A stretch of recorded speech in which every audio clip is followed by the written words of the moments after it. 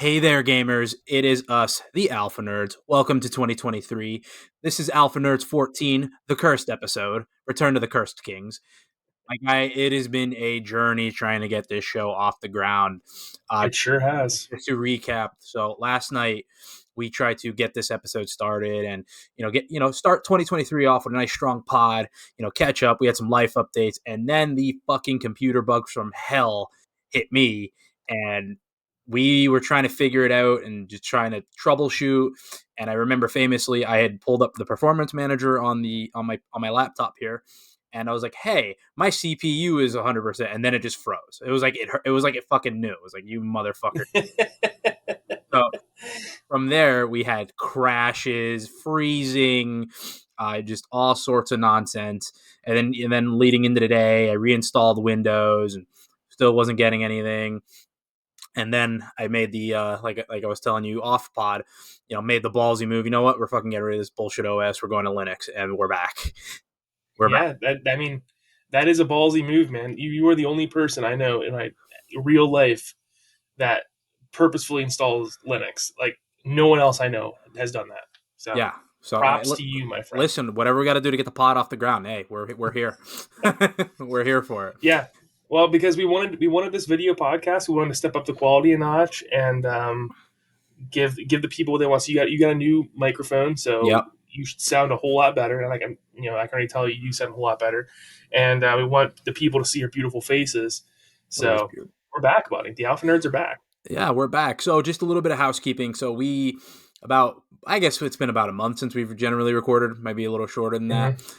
We took a little hiatus. Just our schedules were struggling to line up, just with my work, and I think you've got some major life updates that you'll get into. But we had some stuff going on, and it was just best to let's just call it till 23. Let's just regroup, get our fucking ducks in a row, and map out 2023 with some great content. So we've got some guests lined up that I'm really, really excited about. That's why I'm so goddamn thankful we figured out these audio issues and seem to have resolved our little snafu here.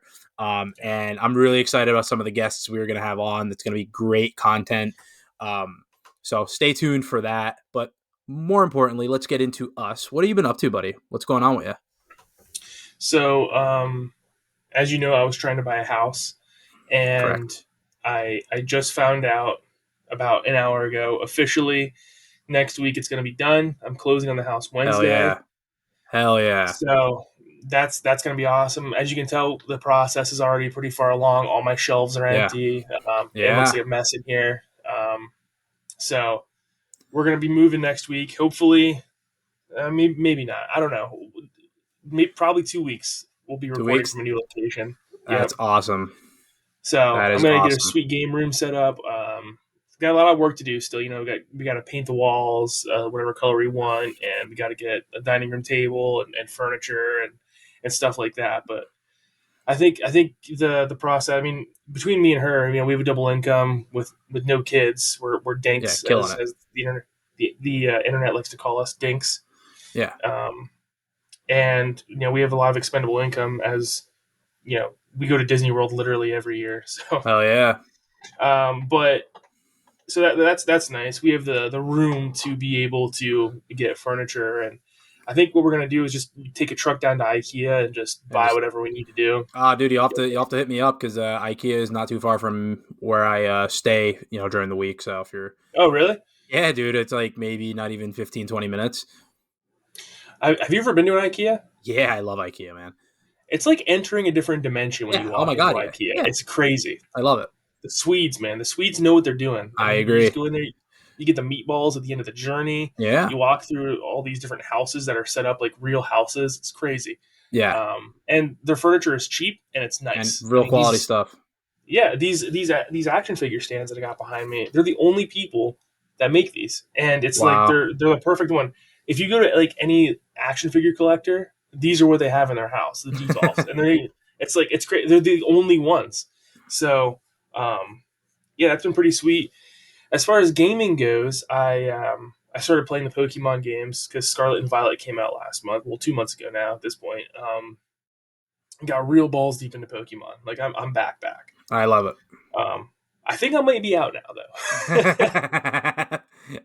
Well, so just to recap, I played through all of Scarlet, and that game's got its issues, but I had a blast with it. I really enjoyed the open world. I really enjoyed the non-linear design of the gym leaders, the star battles, and the Titan Pokemon. I thought it was really cool. A nice mix up to the formula. I thought the story actually picked up at the end. I thought it was really cool. And they have this giant the crater area that you go to last, which I thought was a really fun experience. I like the way they mix it up between the two different games. It's not just different Pokemon. There's actually different changes, and I really enjoyed Scarlet. Then I was like, well, I'm still hungry for Pokemon, and I didn't really feel like shiny hunting or filling out the decks. So I went back and finished Pokemon Sword, which only had like a gym loop battle or two left, and jumped into the Isle of Armor DLC. And I really enjoyed the Isle of Armor DLC. I wasn't a big fan of Pokemon Sword back in the day. I'm still not a fan of how slow it feels and the sluggishness of it. But Isle of Armor was really cool because they brought back a bunch of the Pokemon that people loved that were cut from the game. They gave you this new Pokemon called Kubfu, and you trained him and you raise him from like level 5 or something like that. Okay. And then you get to choose a tower to battle through, and depending on which tower you choose, it's either water or dark, he gets a different evolution. So that's pretty cool. And it's a different fighting style. It's like quick strike and single strike or something like that. Okay. Not bad. So Not bad. yeah, pretty cool. And then after that, I played the Crown Tundra. Hated it. It's extremely monotonous. And like I was saying last night to you, catching a legendary Pokemon should feel important and Yeah. cool, right? It shouldn't just be a free for all. So they pretty much added almost every legendary Pokemon to the Crown Tundra. Not only can you get the ones through the story, like the legendary Galarian birds, you can get the Reggies there as well, and Mewtwo. Wow. Damn. But then they also added this exploration system where you jump into these caves and you die. Have you played Sword or Shield? Now, at last Pokemon game I played was Let's Go Eevee, so I'm way out on Pokemon. Okay, no, you're fine. So there was a Dynamaxing in Sword and Shield. So essentially, it's like this form the Pokemon take where they get huge. They turn into like giants. And in this exploration mode, you have 4 battles. They're all Dynamax battles. So the Pokemon you battle are Dynamax, and when they Dynamax, they get super strong attacks and whatnot. It's pretty much able to one shot most Pokemon. The reason this exploration sucks is because you get either 3 AI companions or 3 like human companions across the internet. Mm. Well, the thing is that no one's playing Pokemon Sword anymore, so the odds, It's dead. yeah, the odds of you getting humans are like weird. They're really low. So you get AI, but they make horrible decisions for you. So like you can't raise and bring in whatever Pokemon you want. You rent Pokemon and then bring them in, sort of like Pokemon Stadium or something, right? Yeah. And they're not very strong. And then the AI gets these Pokemon that aren't very strong, and they can't play them smart. So like, there's no strategy. They'll heal when everyone's at full health, and like they're terrible companions. So that exploration mode is super frustrating, and also, like I said, it's kind of just a who's who of legendary Pokemon because after 4 battles or after 3 battles, the 4th battle is a legendary Oh with wow. 100% catch rate if you can beat it. Wow. Okay. Yeah, All so like right. All right. all you have to worry about is beating it, and then you can throw whatever ball you want at it, right? You Mm-hmm. can throw a net ball at a legendary, and it's 100% catch rate. So I have a lot of issues with that, obviously, like I said, because it makes a legendary battle and a legendary Pokemon not feel special, and also it's a terrible mode for trying to complete like a dex or something like that. Like Yeah, that's fucking getting through those crazy. battles is a nightmare because if anyone dies, it counts towards your total, and if you get 4 deaths, you're out. You lose. You have to start all over. Damn. Yeah. So like, really, what happens is like I'll be able to survive, and then my AI companions die 4 times in a row, and just yeah. get kicked out. Sounds like when we play for a Realm Reborn where I just die and wipe.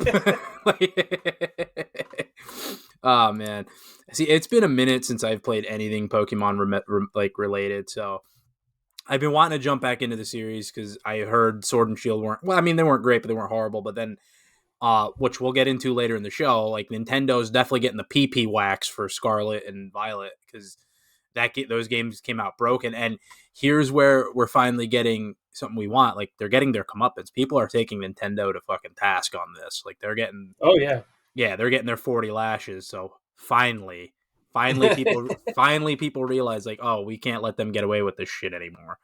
So like, well, I definitely respect that. I just don't think they care at the end of the day, man, because No, it just prints money. people buy it no matter what. I mean, Correct. we've seen it over and over again. People just eat this shit up, and they just keep buying them. Now, granted, here's my thing: do we need more from the series because it's the highest grossing franchise of all time? Yes, Yeah. Standards got to be but higher. but it's not as broken as people are making it out to be. Oh, I It's don't really doubt not. that.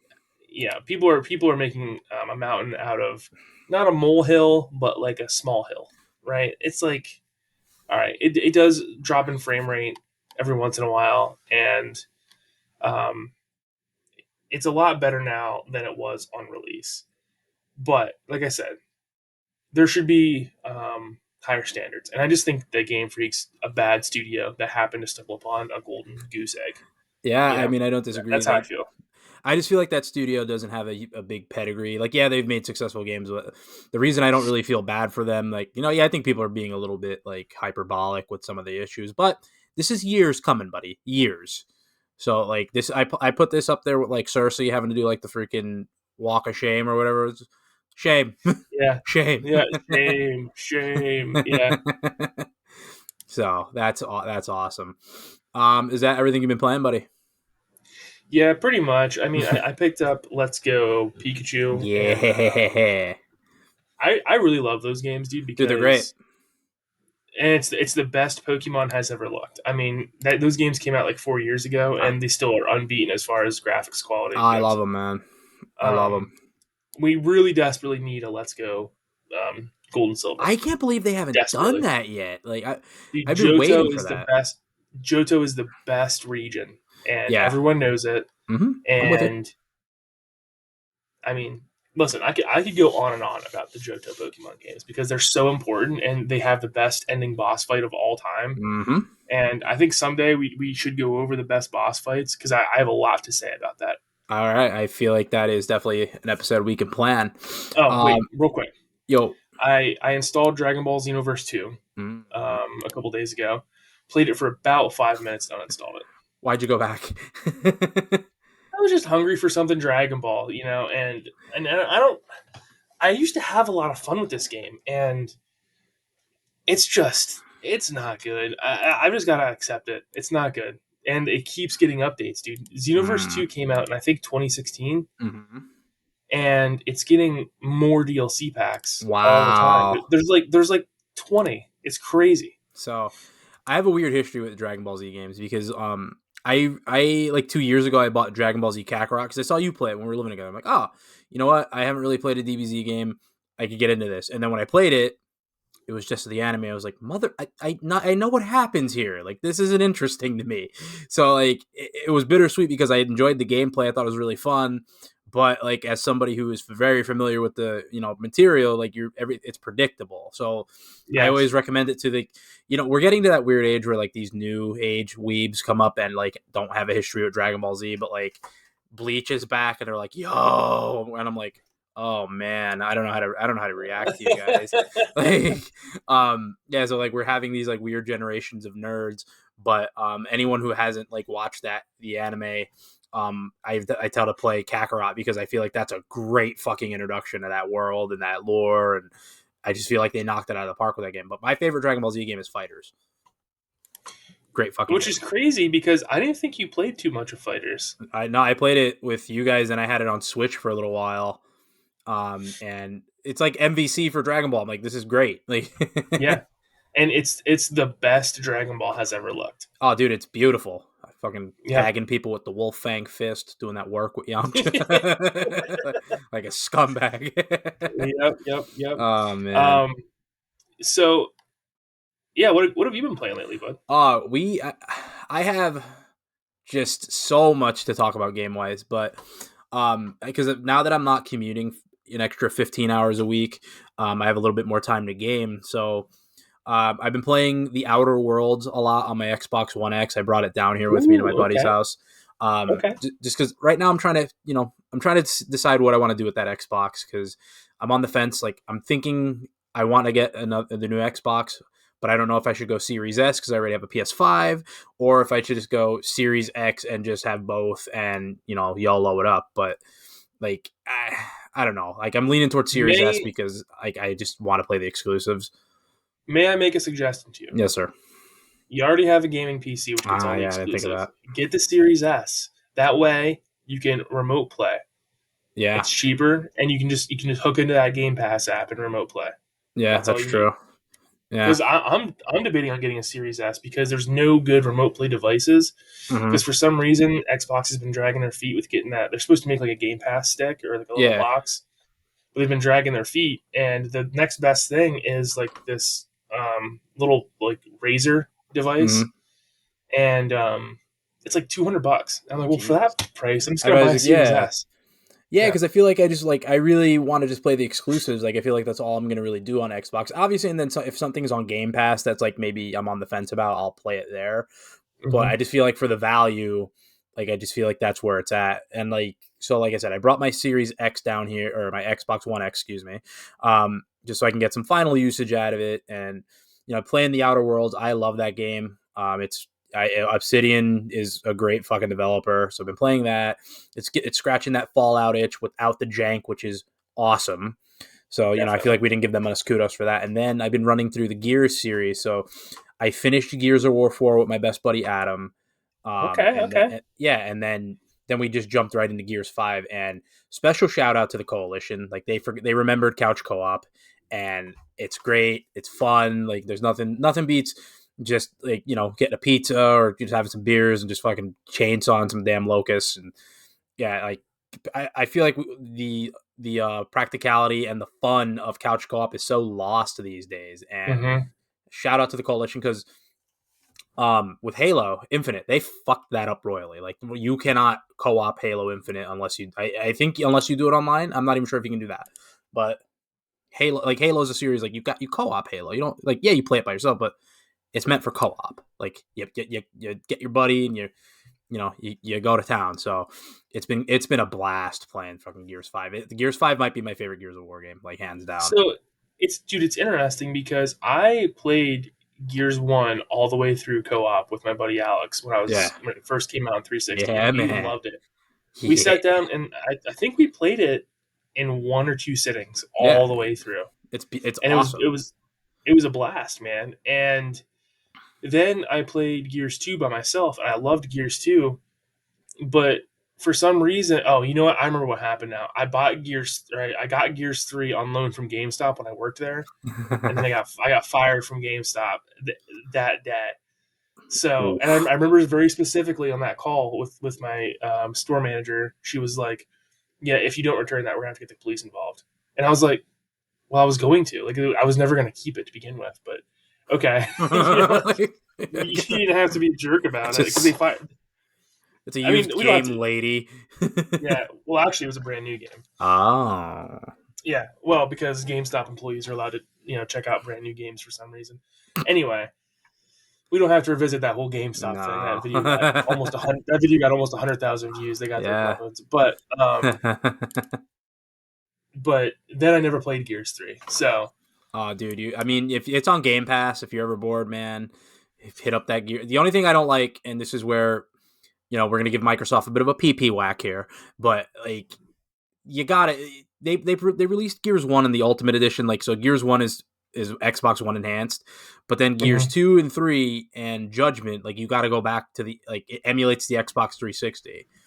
And Okay. it like it's fine, like it runs fine. There's no latency issues or anything like that. It's just like it also jumps you back to that Xbox 360 interface, and it's just like, ugh. So Pedro, I wanted to bring it. Oh, sorry. Go, we'll jump back to this.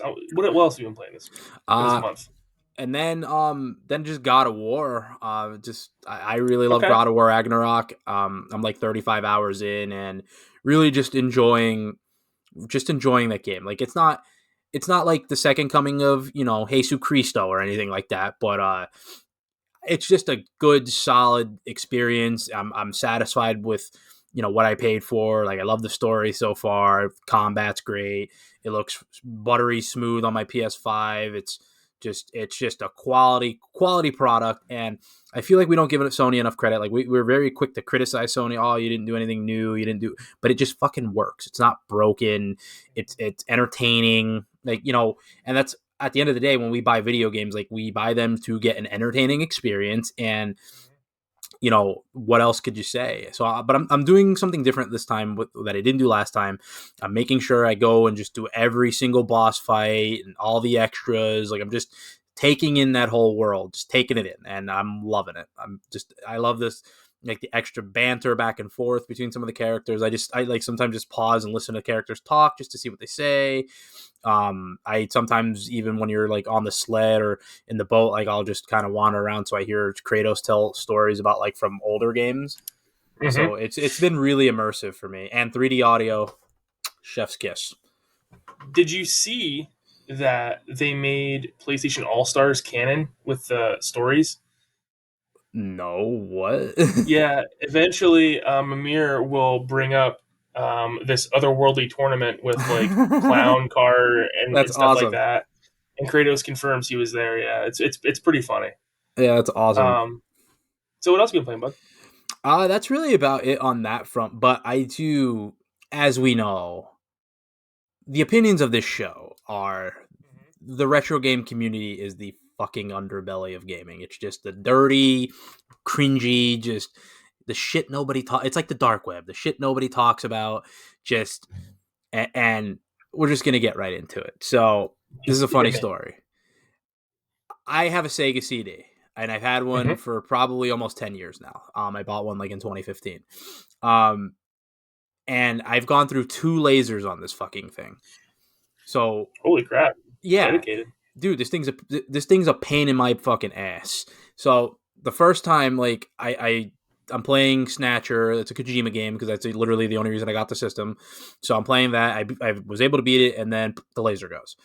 So I send the laser and the console to my buddy up in Mansfield who fixes it for me, and then he sends it back, and then I go and play this game called the Space Adventure Cobra. It's based on like a '90s anime, and it's another adventure game, another little point and click. I love these style of games; they're like my favorite. We're back. So to recap, we had take a little break here. I was talking about the Sega CD and how I'd put a second laser in it, and I was trying to play Space Adventure Cobra, and then the laser died. So I buy another laser and new caps and a new spindle, and I send it back to my boy, and then I forget about it, like we lose touch. Then COVID hits, so it's been like 2-3 years since I get this thing. So recently I go back and I go to Mansfield, make a day trip out of it, take the lady with, and I go and pick it up and bring her home. And I'm real excited to bring her home because like she's got a brand new laser, brand new spindle. She's looking good, looking real sexy back in the old retro collection. So I, just for some nostalgia, I grab my copy of Space Adventure Cobra. I'm like, it's time to finish the job. It's time to make it happen. And I hook it up. I fire up the TV and turn on the Sega CD. Laser's fucking broken again. So, Wait, so it never worked? huh? No, it worked, but the Didn't it? laser, the last time I turned it on, this recent time, the laser just wasn't getting any power. Like it wasn't spinning or anything. Damn. So, my buddy who fixes consoles has since gotten out of that game. So I got to find another repair guy. But I was also thinking, like, you know what? How about I just start repairing this shit myself? Like, let's get in here. Yes. That's what I was going to So suggest. so I open it up and I look in there and I see the brand new laser, like it's looking nice, and the spindle's brand fucking new. And I'm looking at the motherboard. Nothing wrong with the motherboard. There's no no burns in the circuits or nothing looks out of place. And I don't know why this thing's not getting power. I have no idea. It's like the laser and the spindle are not getting power from the board, so I don't know if I gotta like replace the fuses, but Mhm. it's something where it's a pain in the dick. And I went to go look up another to get another Sega CD. I'm like, you know what, this fucking console's cursed. I've had nothing but fucking problems with this thing since the day I've had it. Just a giant fucking headache. And now they're like $300-$400. I'm like, you know what? How about we just go get an emulator and call it a day? But I'm gonna All try. in a day. I'm gonna try and fix that laser. I'm going to try, but moving forward, I'm just gonna get an EverDrive. But here's Mhm. the other thing that sucks about EverDrives. EverDrives are like $500 now, Holy and crap! so it's just more every time I want to jump back into retro gaming and like just get back into collecting and dabble, I just get kicked right in the fucking balls every single time without fail. Just get kicked right in the fucking nuts. So why an EverDrive?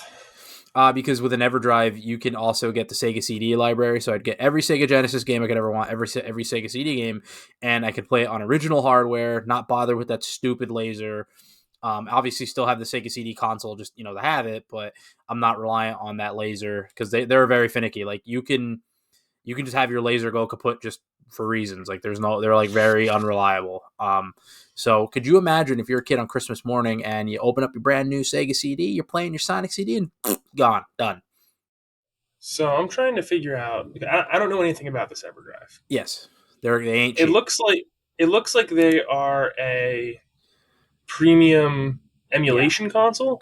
Uh, yeah. So what they are is you basically um you plug it. Well, they used to be you plug an SD card into like or a mold of like a Sega Genesis game or a Super Nintendo game, and then it plugs into your console and it'll boot based off that SD card. But recently, now they come pre-installed with like everything you could possibly want on it, minus a ROM set. Like you'd have to do that yourself, but and they still plug into your original consoles. So if you're going to go this route, though, why don't you just get like a Raspberry Pi, right, and emulate it through that? Well, if so, my plan is if I can't get a EverDrive because I'm not paying like $500 for an EverDrive. I feel like they're going to come down in price. But if I can't get a good price, I'm just going to go with Raspberry Pi and just be done with it. Mm. Yeah, Because like the amount of times I'm going to play these games is probably going to be a handful of times. It's just kind of the novelty of being able to do so.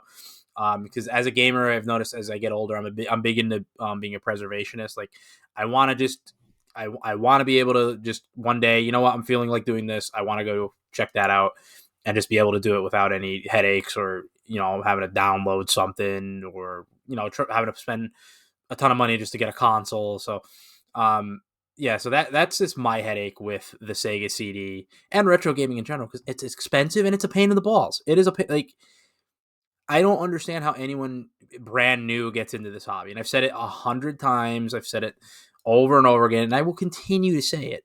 I'll continue to freaking gripe about it because it's not okay. It's not okay how expensive it is to get into retro gaming. It's not. yeah, yeah. I agree.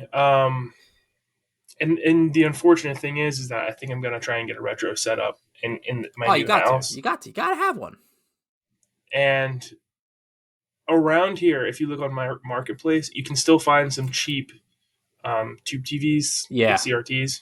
Yeah. Don't get ripped off, Um, buddy. because I saw a couple people giving away for free and selling them for like $50 on marketplace. Well, I think I'm gonna jump on that. have you seen some of the posts I've been making on the Alpha Nerd page? Yeah, it's crazy. It's ridiculous. Absolutely Yeah, ridiculous. if you have any questions about CRTs, obviously hit up your boy. I'm an expert on CRTs because I've had so many of them, and I know which brands to get, which ones to avoid, which ones people say to avoid but are actually decent. So, yeah, just shoot your boy a couple messages of what you're looking at, and I will point you in the right direction. But don't get an HD CRT because those are bullshit. Okay. Well, I mean, I don't know if you're a light gun game guy, but you No, can't use I'm not. those. But they also aren't really designed for like retro games. Like they're more for like if you have a PS2, Xbox, like that. They're I for see. that generation. But if you're I gonna see. go PS1 and like stuff like that, just get yourself a regular little CRT and go S video. I would say go S video. That is the best way to go. Okay. All Also, right. piece of advice: if you're are you gonna mostly do PS1? I feel like you're gonna be a PS1 guy. I don't know. I see, because there's a lot of like obscure RPGs that I wasn't able to play because they were on obscure consoles. For instance, the Shining Force series, Oh, dude, right? that's a great game. Yep, and stuff like that. I feel like I would want to jump into at some point. Now, here's the thing: I'm too old to deal with like the collecting aspect Oh and yeah, and dude, paying it's $500 for games and whatnot. no, I don't mind emulating, yeah, but I want the authentic CRT right, experience. right, So yes, I think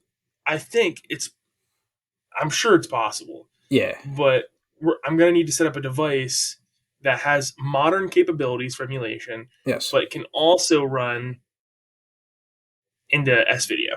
Yeah, I think that's completely doable, especially in this day and age. But yeah, like that's kind of essentially what I want. I want in a slightly different manner, but I want all my consoles to be ready to go with like entire libraries on them where I don't because as we Yeah, get older, like these older consoles with like especially moving parts, like I worry about my Saturn up and down because like the minute that fucking thing goes, it's a done piece. Like it's over. yeah. And it's got it's still got the original disk drive in it, and it's got a bunch of moving parts, and like it's eventually just gonna break down. So either I need to learn how to fix it or just set it up where I can just boot games off of a cartridge or something. Whatever I got to do. But yeah, I agree with you. Every man needs, Now, especially our age, needs a good retro setup. You just need it. It has to happen. now, Pedro, tell me about Disc Drive and Oh. so and how big of a deal is this? So, okay, I am gonna be in the minority here. I don't think Discra is a huge issue. It's an issue for sure, but it's also if you don't take care of your game. So if you leave your games sitting out and like they're in the window or they're just kind of out exposed to whatever, yeah, you're gonna get some disc rot. But if you leave them in the cases and just put them on a shelf, like they'll be fine. Like eventually over time they will corrode. Just that's just the nature of elements. Like eventually they're gonna Mm-hmm. start to wear out. But here's my feelings. So if I play a copy of Sonic Adventure that I bought 25 years ago, Mm-hmm. I feel like I got my money's worth. So if it goes, it goes. It is what it is. But I wouldn't worry about disc rot too much. Like don't obviously check your discs. If you like check the middle, like when you hold it up to the light and you start seeing holes in it, that's a problem. But So, like, what are they saying is like the shelf life of these games? How much longer do we have left? Is it worth collecting them still? yeah, there's plenty of shelf life left. I believe. Like I don't think because if there wasn't, you'd see people dumping these games. Like and that's just not happening. Right. So yeah, I would say there's plenty of shelf life, but obviously certain games like um I wouldn't pay, like, and this, like I wouldn't pay astronomical amounts. Like, so for example, you mentioned Shining Force. You can get a copy of Shining Force. I'm talking about specifically Shining Force 3 on Saturn. You can get the entire Mm-hmm. English translation, all three scenarios, and they update it every year. You can get a repro of it, or you can emulate it. Like, so that you have plenty of options, like to as far as some of these more obscure titles that like interest you. But yeah, like as far as like collecting the physical media, as long as the price is right, you still got plenty of shelf life, I would say. Okay. Good. Good. Yeah, because I want to throw a flashback here to how a good friend Seth story, right? Because I've known you for a Mm, long time, Pedro. yes. I know Very, you come and go in waves, right? yes. And I remember specifically about 3 years ago when you were on this big adult kick, right? Yes. And you were like, I'm done with collecting games. And I said, well, let's let's take a step back. Let's take it easy for a minute because you do this every once in a while. Every yes. once in a while, you get frustrated and you're like, I'm done. I'm getting rid of all my stuff. And you ride that coaster for about 6 months, right? Yeah. And then we're back. Yeah, and then you're back. And do you remember? I had your copy of Final Fantasy IX Yeah. that you is like one of your cherished possessions, and uh-huh. you're like just get rid of it. And I'm like, I'm not gonna do that. I'm gonna hold on to this for you, bud. Dude, I actually was just telling my girlfriend that story like literally a week or so ago because we were in my game room and we were playing Time Crisis and Hmm. I looked at the game shelf like, oh yeah, fuck, there's Final Fantasy 9. I'm like, you know what? There's a funny story behind this, and I told her. So it's really fun. It's really funny you bring that up. It was sitting here on my game shelf, just waiting for you, right on top of my Final Fantasy Yeah, IX, just right, dude. We waiting never for you. we never finished that. That was That was when we were playing RPGs. Like Yeah. we fucking got through Chrono Cross, which you know you're a savant at Chrono Cross. But like, did we ever get your opinion on the new one? Like, what happened there? I I don't need to have an opinion What on it. Like, happened? here's a I don't know. I don't know what happened, man. Like, the thing is that it looks like dog shit. It looks really bad. You would be like, the best way to play Chrono Cross for some reason is to emulate it, right? Yeah. But then there's good things about the new one. Like, they redid the 3D models in the battle, Mm. so they look really good in the battle, because that was one of the big things about emulating. Chrono Cross is the hardest PS1 game to emulate, hands Wow. down. I didn't know that. It's got serious problems when you emulate it.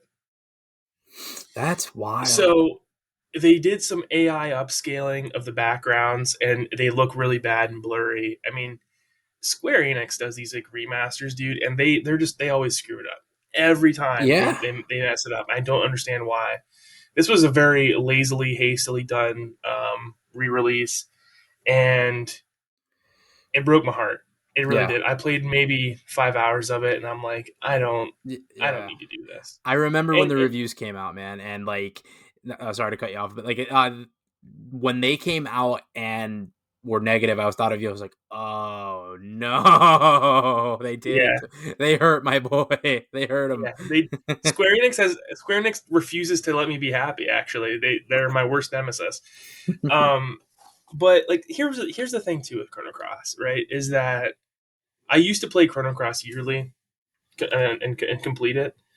And the last time I did that, I was with you, Yeah. and I thought I had more fun going through Chrono Cross with you, just by like, just being like, showing you all this crazy Right. stuff and showing you how to completely dominate that game and be like unstoppable, right?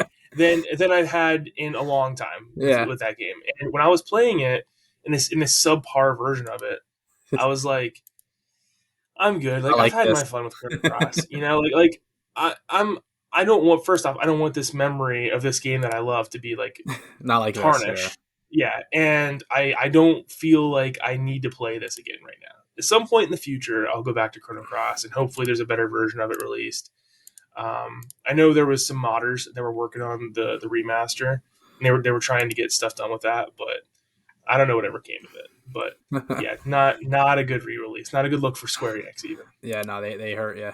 Shout out Yeah, to they did. the Pierre fan club. I remember when we played that, like, and I just thought like he's a shit character, but I thought he was so hilariously shit that I just kept him in the party for like way too Yeah, long. And but then he would get kill shots for us. And then the funnier thing is we got Kid, who everyone says is like a good character, and our kid was shit. And I remember the first time I encountered a kid, I'm like, this character sucks. I don't like this character. I'm not a fan. And then it just added fuel to the fire. Anytime like we need the kid to do anything, she was useless. yeah. Well, because what people don't realize, and it's one of the biggest negatives I can say about Chrono Cross, is that characters get random stat boosts, Yeah. and the characters in the background get stat boosts even when they're not in your party. Mm-hmm. So before you even recruit characters, before you recruit like end game characters, throughout every boss fight and whatnot, they're getting stat boosts. And characters have different affinities, but the stat boosts they get are random. And for some reason, the kid you got, her accuracy was complete dog shit. It was like 70%.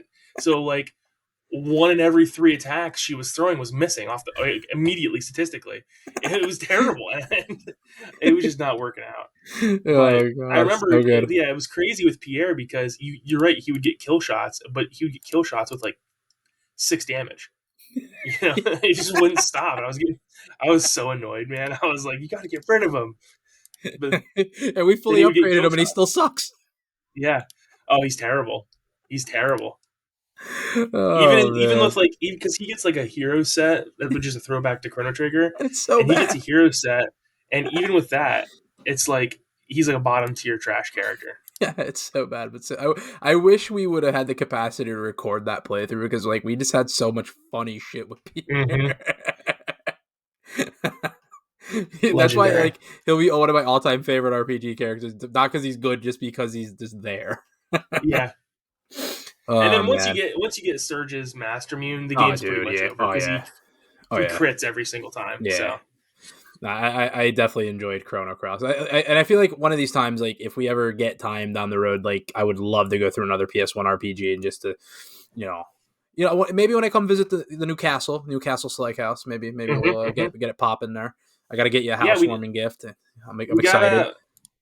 gotta get more time to hang out. Me Oh and you my haven't god, gotten yeah, together in a long time. yeah, man. I agree. I definitely agree. Um, so now that we're talking, we were talking a little bit of things that were kind of annoying. We have some gripes. So we're gonna roll out a new segment here. So Okay. here at the Alpha Nerd Podcast, we're big on, we call people to task. hmm We like to call shit out. So we're gonna hand out a couple of misconducts. We're gonna hand out Oh, a couple of sanctions here to a couple of companies that are doing some fucked up shit. So, okay. number one on the misconduct list, number one, DC Comics. So let's get into that. Ooh. Okay. So, this morning I was driving to work, or no, I was on my lunch break, and I'm already fed up with DC. I'm so fed up with DC, and I just see scroll through my Facebook timeline. Oh, DC shockingly announces the Joker is pregnant. I'm like, what? Why? Hold on. What are we doing here? What? Why? I didn't even read the article. I didn't want to read the article, but why? Why is that a thing? Why? What are we doing? Second, so do you know what they did with Henry Cavill?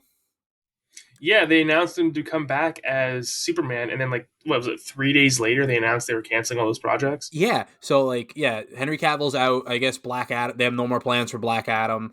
Obviously, in the past they've canceled a couple of movies. So here's where I'm frustrated. DC does not respect your time. They don't give a fuck. No. They just want your money. They're just gonna keep doing this shit, and it sucks because I'm a DC fan. I eat it up. I eat it up because I love DC. But you invest time in this universe for them, and like you watch these movies only for them to tell you to go fuck yourself. Yes. Like, how is this? How is this consumer friendly? Like I right now have a very painful adversarial relationship with DC because like the shirt you're wearing, the Batman, great movie, loved it. hmm Loved it. Brought it, gangster tear watching the movie. Joker, Joker, one of my all-time favorite movies. Like I've seen Joker probably more times than anyone should, but love it. Freaking loved it. Yes. And even like a movie like Black Adam, I really liked Black Adam. It was fun. It was a fun movie. hmm I didn't see Suicide Squad, but they've had some hits and misses. I was a big fan of the Snyder movies. Like I liked the Snyder cut of Justice League. So, and I'm not a Batman versus Superman guy. Never will be, but it's there. And Right. I also thought Man of Steel was a decent movie. Like I enjoy Man of Steel.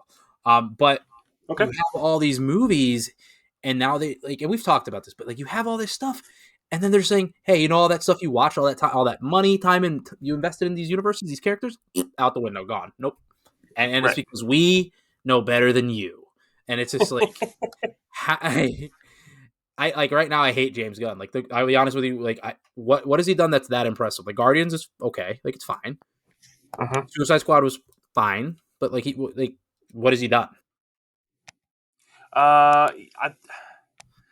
can't remember. Was he the one that was in charge of like all the Phase One Marvel stuff? I think so. Yeah. So I mean, like, here's the issue with DC, right? And you've come to the crux of why I don't get into superheroes or like comics and stuff like that anymore. Yeah. It's because they don't respect you. They really don't. They don't respect the readers. They don't respect the watchers. You're experiencing now what I've dealt with for the last 20 years or so. Okay. And it's the same reason. Like I'm not excited for the Spider-Man games. I'm not excited for Into the Spider-Verse. I can't get into this shit anymore, man. Um, but like they were chasing the Marvel train.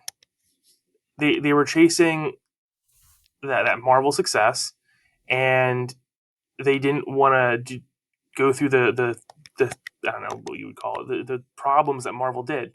People forget that Phase One Marvel made no money. Yeah. There was all three of those movies or four of them. I can't remember how many were there. They were flops until Avengers. Yeah. But they So invested in that world. yeah, and they took the hits, and then they came back in Phase Two and became super rich. Well, they were already rich, but you know what I mean. They made a Yeah. ton of money. Right. DC does not want to do that. It's the same. It's the same situation. So like with the comics, they refuse to take any chances with any of the characters, man. Anything. So I know I've talked about this with you many Yeah. times, but my favorite Batman comics of the last 2 decades were was it Nick Spencer? No, I can't remember the author of Batman and Catwoman, but Okay. um, let me look it up real quick because it's crucial to the story. Yeah, no, I hear what you're saying though. Like DC right now, like they want all the reward, it seems like, and don't want to put in any of the world building, any of the continuity. Like they just keep jumping and jumping around. So you're saying Batman and Catwoman, that comic? Uh, Tom King is who wrote it. Okay. So basically, Tom King was gonna throw Batman's whole situation on his head, and he was gonna have Batman get legitimately married to Catwoman, giving Batman his first character growth in what 20 years. Yeah. Ever since he had Damian, is the last moment his character's changed whatsoever. Batman has been a 35-year-old, and he's been a bachelor for 20 years, Yeah. right? He never gets the happy ending. DC got cold feet right before he made it official and canceled his book essentially, and switched writers. Leading and their thing was like, oh, we'll give you a spin-off book and it'll take place in an alternate universe where Batman and Catwoman get married. Nonsense.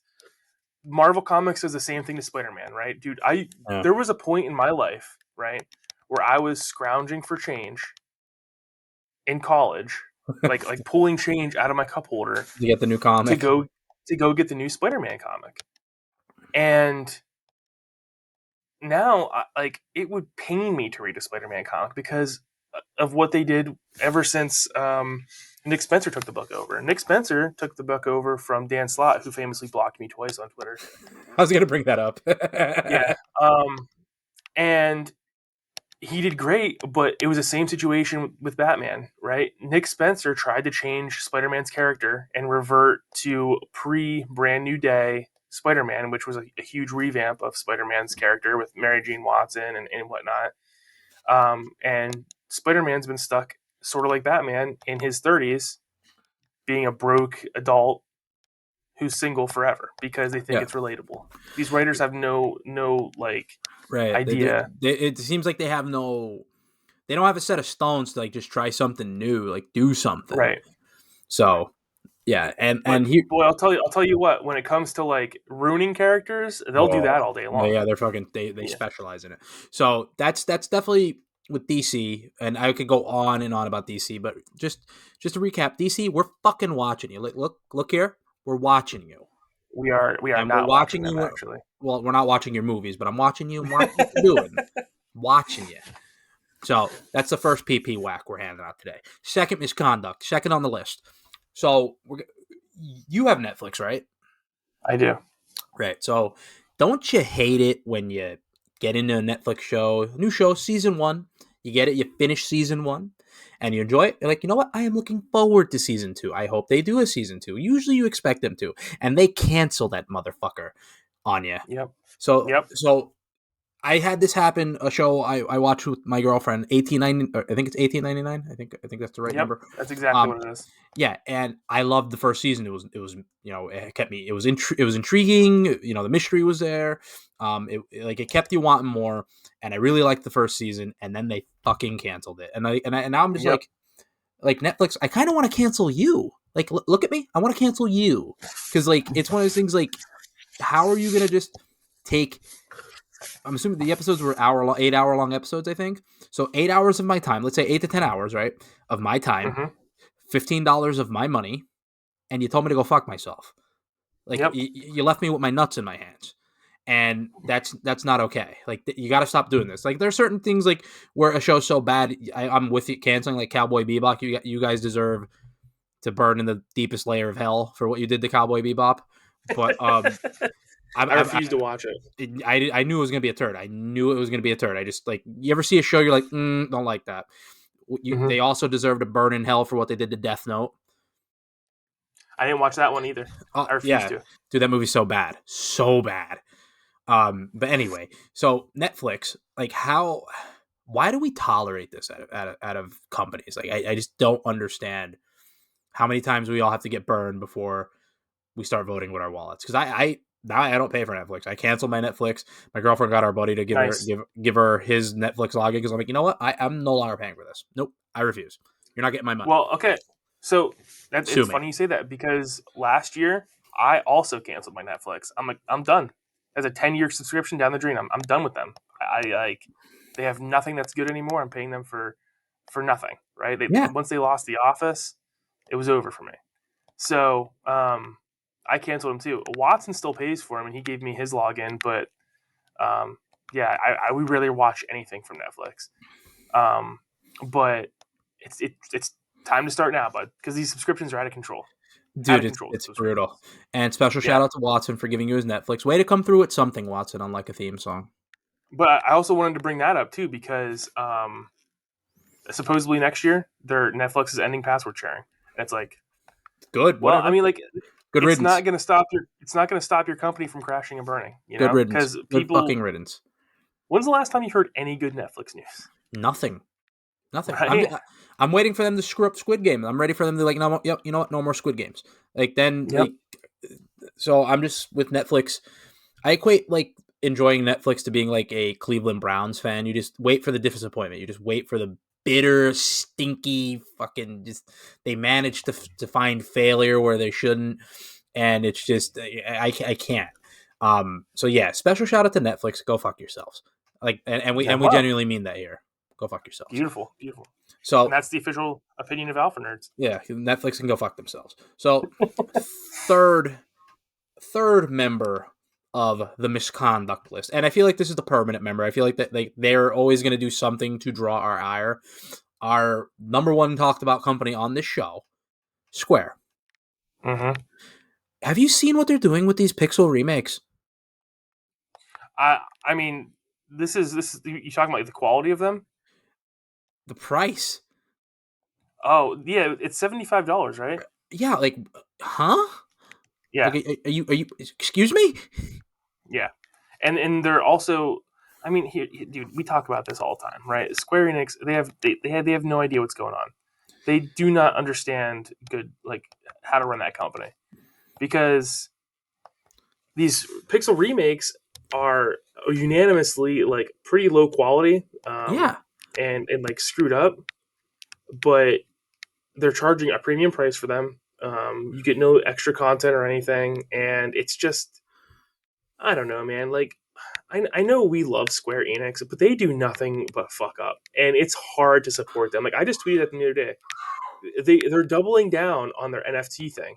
You oh know, god, they're refusing to let up on it, and it's like I tweeted at them, and it's like you guys have been behind the times for 2 decades. Like you've never been a trendsetter. You've always been trend followers, and you can like realize that the current trend is backing out of this. But you guys are going to follow the trend from what 2 years ago, starting with NFTs, and they were unanimously like laughed out of the business. yeah, And Ubisoft, I think, and who God knows who else lost tons of money on them. It's like, come on. yeah. It's just for everything they do well. Like so, I feel like they caught lightning in a bottle with the 7 remake because I felt like 7 remake, and not that I want to talk a ton about it, but like I felt like that game was either going to be brilliant or a fucking disaster, and Right. they ended up on the right side of the coin. And obviously they do stuff well with the Realm Reborn, and some of the stuff they put on Switch, like Live Alive and stuff like that. Like some of the stuff they do is great stuff. So I'm not going to sit here and not give them their praises, but they just do some of the most mind-boggling things. So like for example with 7 the Crisis Core remake, like that's on Xbox, but literally nothing else in that series will be. Like I don't so what is I the thought they point of did. that? Yeah, I think they bought exclusivity for 16 too, right? Yeah. So Sony bought exclusivity. Yeah, that's what I thought. So it's just like you're just getting like it's mixed messaging. It's all over the place. And like I said, we even spent some time about how they ruined Chrono Cross's remaster for you. So like now I feel like they hurt you, but now they're turning their sights on me because like there's that 9 remake that's rumored, and if they ruin that. If they mess that up, I don't know how I'm gonna react, buddy. I don't. It might as well not be rumored. It might as well be confirmed because it's on the GeForce leak, right? Yeah, Everything on that GeForce leak has come true. Yeah, they're being tight-lipped about it. They're like, listen, we can't. Either they're saying we can't screw this up, or I don't know. I don't know what the deal is with that game, but obviously when that comes out, like your boy here is definitely going to be on that train. But like, it's if they hurt me, I feel like we may have to reevaluate, our relationship with this company for on a permanent basis. They have one shining star, as far as I'm concerned, and that is Yoshi P. Yes, Yoshi P. Shout out to Dude, Yoshi P. I'm telling you, and I promise you, that Final Fantasy VII remake story is going to get fucked up because it's got It's coming. It's coming. it's got the stink all over it, dude. It's got that Kingdom Hearts Yeah, stink all over it. it's coming. I feel it And coming. I feel the L coming. yep. And they're gonna make some weird time travel, multi-dimensional nonsense, and they're gonna ruin that story because Oh as my good as god, the yeah. first one was, you can tell like It's coming. they're not to be trusted. Right. So, Square, look, we're watching. We're watching. We're watching you. Yeah, we're watching. Yeah. So, that wraps up our misconduct segment. We will continue to update that list as companies continue to do. And the best thing about this list, it's evergreen. People will always fuck up, but Yes. certain companies that you gotta call them out. So that wraps up the misconduct list. Next, we're gonna get into kind of I wouldn't say the meat and potatoes, but the main course. Yeah. 2023 is going to be a huge year in gaming. I think there's going to be so many games that are going to be fighting for our time. I know recently, I know Frameskip just had an episode about that in the Game Awards, so we'll do a quick recap. What were your thoughts on the Game Awards? So here's how I feel about the Game Awards. Right. It might as well just be called E3 2.0 because I could give less of a shit about what this panel of hyper left leaning journalists care what game of the year it is. Yeah, Um, and I think that it was better when it was fan voted. correct. Obviously, that leads to more concerns nowadays about like botting and review bombing and whatnot. So you can't really do that. But also, we all know that the games journalist industry is like completely screwed up, and they have no idea what's going on. Right, I agree there. That being So said, I think the announcements were cool. I know you were big in on Death Stranding. oh yeah, we're big in there, Nate. Death Stranding 2, or I forget, is it Death Stranding 2? I can't remember the title, but we are in there. DS2. Yeah, we're in there hard day one. Like I don't even need to see any more of that. I saw what I saw, and I was like, okay, Kojima. I love Kojima. I know you're not a Kojima guy, but I am, and I'm in. So like we don't even need to discuss DS2. Just know Pedro's in. That's all you need to know. So So I wanted to go over. I wanted to look at all the announcements. They announced Hades 2, which yeah, I'm hell in. yeah. I still need to go back and play Hades. I just bought it, so Okay. I'm all about that. We got a new Final Fantasy 16 trailer, which I did not watch. So, dude, I'm excited because I've only watched the reveal trailer for Final Fantasy 16. I'm on I haven't media watched anything blackout for else. 16. I'm on complete media blackout. Yep, I have not watched anything else.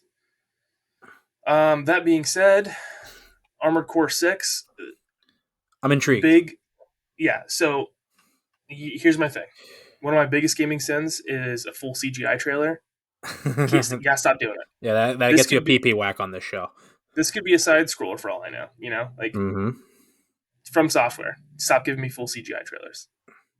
We love From, right? But stop giving us full CGI trailers. Correct.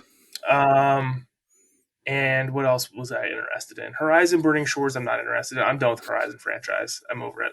I need to play both Horizon games. That's how I played them. Horizon Forbidden West broke me. Oh no. I just because it's not fun.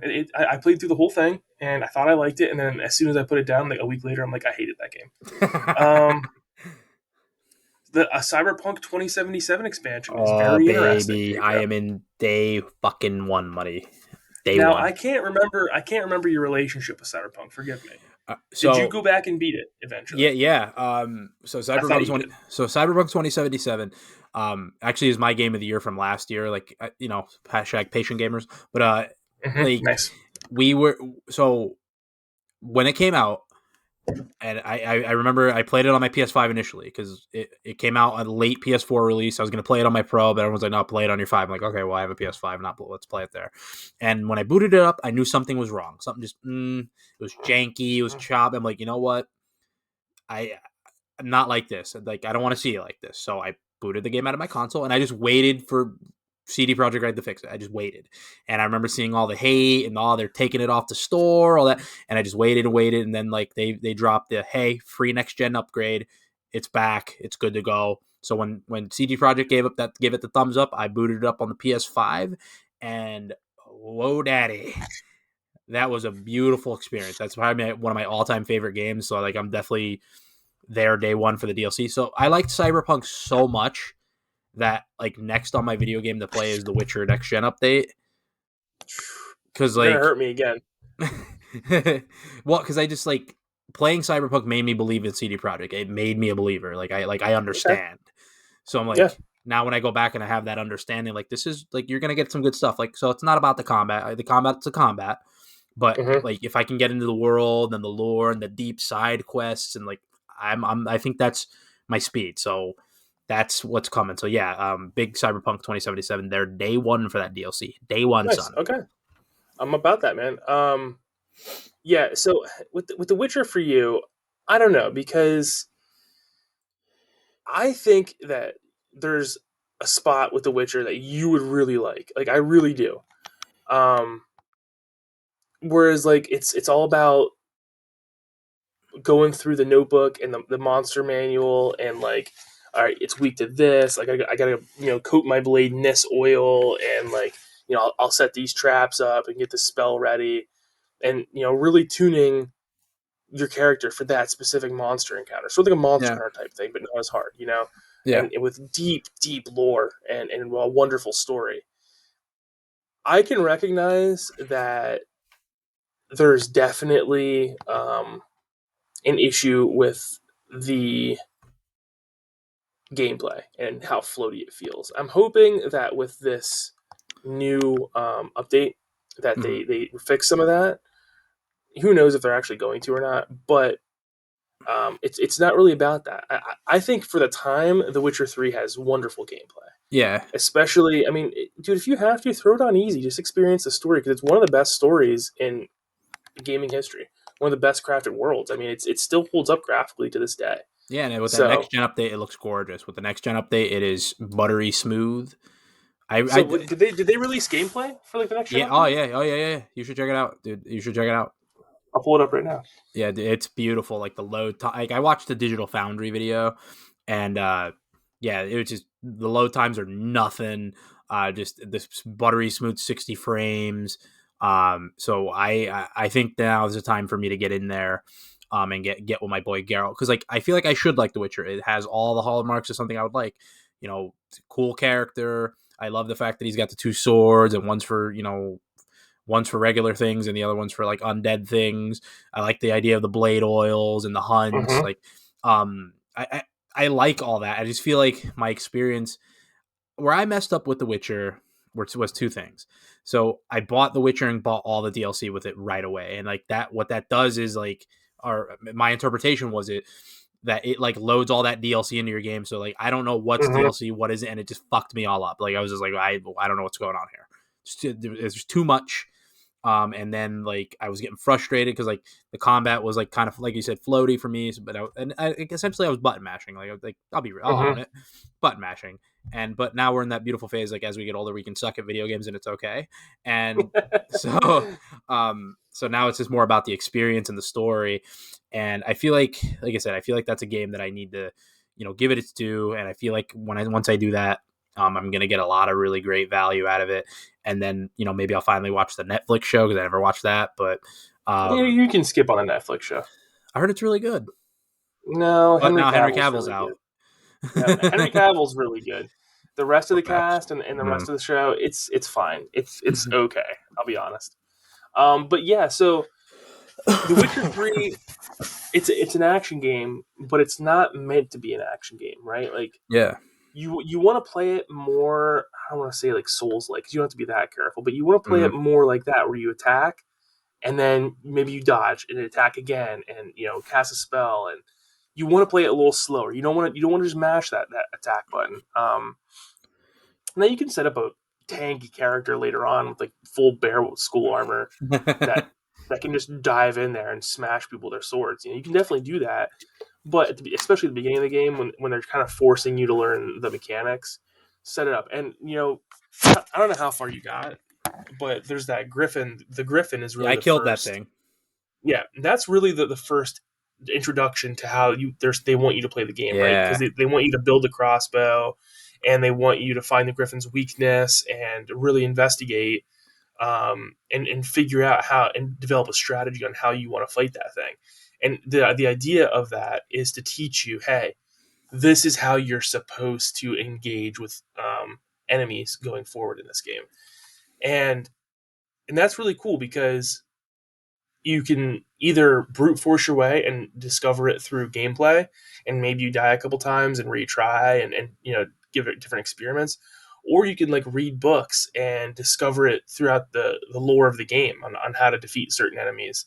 um, I really loved The Witcher, man. And then you're gonna come across those random encounters Yeah. throughout the world, and a lot of them, I know for me personally, were like, I forget the name of them. They're these tree-looking like magical enemies, the tree ants or something like that, and they really mess you up if you're not prepared. Like you pretty much have to run. You got to get out of there because you're not prepared, and the All game's right. not meant to be. Yeah, You're they're not meant to meant to catch you fight off guard. strong Yeah. enemies unprepared. All right. So it's pretty cool. And then you end up fighting the Wild Hunt eventually, who are like the main bad guys, Yeah. and you can't prepare for them. And it's like, all right, buddy, like I've been training for this. I'm I'm ready. walking out of the hyperbolic time chamber, and I'm I'm ready to ready put to all my go. skills to test. And like it's time to trade hands, and they're hard, and it's really good. Um, but like I know I've beaten this horse to death, but I spent 250 hours or so in The Witcher 3, and I've never wanted to go back, because that was it. That was my playthrough. Yeah. It's sort of like you know people talk about like The Last of Us or Yeah. something like You only that, or The play. Yeah. You Journey. can. Yeah. I get It's you. it's that was my playthrough, and I did everything I wanted to do, and I was super satisfied with my playthrough of The Witcher. And every time I started over, I'm like, this doesn't feel right. It doesn't feel like that's my Geralt that I'm playing through. So that's kind of how I fall in The Witcher. But I'm excited for you. I'm I'll excited to definitely keep see you how you updated. how you feel about this. And the biggest piece of advice I can give you for The Witcher is play the side quest, man. Oh Enjoy it yeah. and enjoy being in that world, because no one does side quests as good as CD Projekt. That Right. is for sure. I agree. I For agree sure. 1000% because there's some side quests in Cyberpunk that are awesome. So They're as like good as the main campaign. yeah. So I would definitely say yeah, special shout out to CD Projekt. Way to go, boys. Special shout out from the nerds here. So you were Definitely. running through some of the announcements. So you had the Cyberpunk, Oh the yeah, jeez. DLC. That's my ADHD kicking in. Star Wars Jedi Survivor. This is a trailer that I did Yeah. watch. Yeah, Dude, we're in. We're I'm ready, bud. in. I am Yeah. Oh my god, yeah. absolutely ready. Yeah, that's Um, gonna be a Game Pass game for me day one if it's on it. So is it going to be on Game Pass? I hope so. Because I put my original save is on Xbox, so I'm like, I mean, obviously I'd just switch to the 5 if I have to, but like I would like, I'm a big continuity guy, so Um, yeah, I'm the same way, and I am super super excited for Jedi Survivor, because with Fallen Order, it was good. Well, here's what I'll say about Fallen Order: it was okay, right? But it was the first competent Star Wars game we have gotten. I loved Fallen Order, man. I was like, oh man, I loved Fallen Order. Well, so I did too, but when I play Fallen Order, I can tell this had a lot of room to improve. Like another year in the oven would have been perfect for this game. I agree. But in the last 10, 15 years, how many good Star Wars games have we gotten? Nothing. Nah, not much. So I really think the Fallen Order syndrome was like, this is the best we've gotten. This is the best we've gotten in forever, and the game is like pretty average, I So it's think. like the bar was Um, low.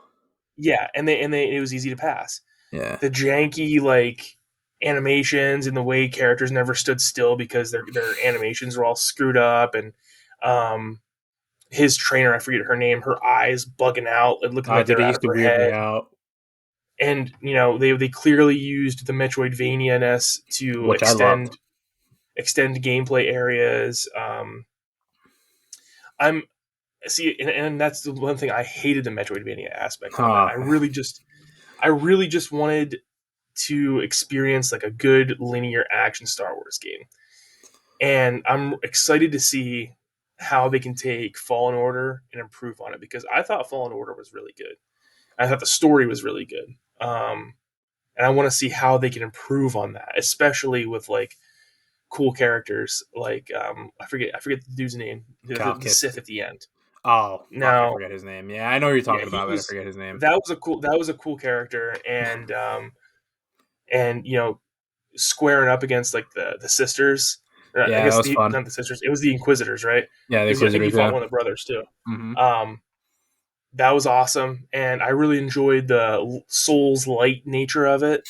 Mm-hmm. Um, but what I will say is Fallen Order proves that Souls games cannot have a difficulty level because I know everybody turned down the difficulty at almost the exact same spot. What, Me, you, Drakkar? and Yeah. Watson all turned the difficulty down at Mustafar. Yeah. And I just found out, I talked to Austin about it the other day. He did it He too? also turned the difficulty at Mustafar Yeah. because at that point the story kicks up and you're like, I just want to know what happens next, and you get frustrated Yeah, you get your not dick being able to kicked get in. past the Yeah. bosses. And it proves to me that Souls games, no matter how much these bullshit game journalists want to complain about it, they cannot have a difficulty mode because they don't have a good story, right? Well, they All do, right. but you got to dig for it. You got to like really work for it. And if you add in a difficulty option, I think that drops the quality of Souls games by 50%. Just because that's not the point of them. That's a good All right, point. That's a good take. That's a good take. moving on. We got a Diablo 4 announcement. I'm I'm out. I'm ready. not buying that. Nope. Well, Can't. I'm banning you. well, if it's on Game Pass, I'm there. But Pedro, we can't do this. We got to move on. It's Blizzard Activision. true. They have to stop. They need to eat some humble pie. um, Look what they did to Diablo Immortal. It's not okay. I agree because like that sucks about Diablo Immortal. Like I remember, well, I don't. We talked about that, but like it was funny to see like you play the Diablo Immortal. It's not bad as a mobile game, but then like what they did with that paywall, like come on. Mm-hmm. Mm-hmm. So like yeah, I'm agreeing with you. Like if I get a whiff of like paywalliness and just shenanigans, like I said, I'm not buying it. But if it's on Game Pass, I probably might be there day one. But if it's not, then I'm out. Because unless you got another dungeon crawler for your boy, because I love these dungeon crawly loot games. Like, oh my god, they're an addiction. Well, I better just play Baldur's there's a really good one called Divinity: Original Sin, Is and that it's which got one D it and D is? mechanics. Yeah, it's got D&D. It's pretty much a D&D simulator, and it plays just like Diablo. Well, sort of. Mm, It's got the same angles, but it's a turn-based game. mm, Um, and I think you can get into that. Plus, yeah, Baldur's Gate 3 comes out this year. Pretty yeah. much the same God, I love those shenanigans, right? games. I don't know what about Baldur's those Gate games. 3. They scratch a special itch for me. I'm just like, give me it. Baldur's Gate 3 is going to be big. It's going to be huge. All right, Pedro, we got to talk about this. Street Fighter 6. I'm out. You're out. You're not even going to give it a shot. Not day one. Fuck no. No. I got burned so bad on Street Fighter 5 day one that day. No. Pedro Carrasquillo, the king of the ring, is not going to give Street Fighter 6 the time of day. No, absolutely not. So I'm gonna watch reviews, and then I'm gonna wait for a sale. Like no way are they getting my money day one after the shit they pulled with Street Fighter Five, like that base game. Like no, no, no, no, no, no, no. That was the famous day of the L. Like that was I bought 2 games that day. I bought Tales of no 3 games. I lied. I bought Tales of Zestiria L. I bought Street Fighter Five L. I bought Star Ocean Integrity and Faithlessness L. And like I'll never forget that day. Like I remember, I think I called you. I think I called you. I called somebody, and was like bitching up and down. And then like I remember at one of the times we did an E3 stream, and like Street Fighter Five hadn't updated on our system. I'm like, wait, no, don't update it. Look at this. You guys need to see this. Because But your issue was that it was bare bones, right? There was dude, it was almost nothing to do. horrible. Like you fought online, which okay, but then there was no arcade mode. Like there was no offline anything. And over the time, like they updated and added new characters, and I think now it's fine as a Street Fighter game. But like to do that to your consumers day one, like that is a burn. You can't like no. I'm Tekken 8. I'm in, but like as far as Street Fighter, they got to earn me back. They got to earn me back. Now what I will say is this is the new Capcom, right? That was old Yes. Capcom. That was scummy Capcom. This is Yeah. revitalized Capcom, and they've been stacking nothing but wins for the last 2-3 years. Yeah, but so you're telling me they're doing L. That's what. I mean, you can look at it that way. Spin zone. Definitely, Like I said, definitely. I'm gonna do my due diligence on it. Like I want to be in? Yeah, sure, but like on principle, no, can't do it. Can't do it. Maybe this is the time where I put the headband back on and welcome you back to the ring. You know what I'm saying? Oh, Maybe I pick it up on day one okay. and start working out these thumbs again. Start getting back into it. I would encourage that. I need a new enemy. No, see, there's a natural skill gap with fighting games that I can't close with me and you because I tried. If you remember correctly, I tried with Soul what was Calibur. no, not Soul Calibur. Oh, which It was one? the E3. Oh, Injustice. Injustice 2, yeah. Dude, I sat there in that room and I practiced for hours and hours and hours. And like, to be fair, I got really good with Robin, Yeah. but me and you picked it up and we played a lot that day, and that gap closed immediately with the Flash. I got like 10 rounds on you, right? And Yeah. then Yeah. it was just slowly creeping up. And once you got it, you got it. But what I will Oh say, man. as far as fighting games go, Tekken 8 has my interest Yeah, dude. because Tekken that 7 is was the good. Yeah. Tekken 8 is the most next gen looking game I've seen yet. Yeah.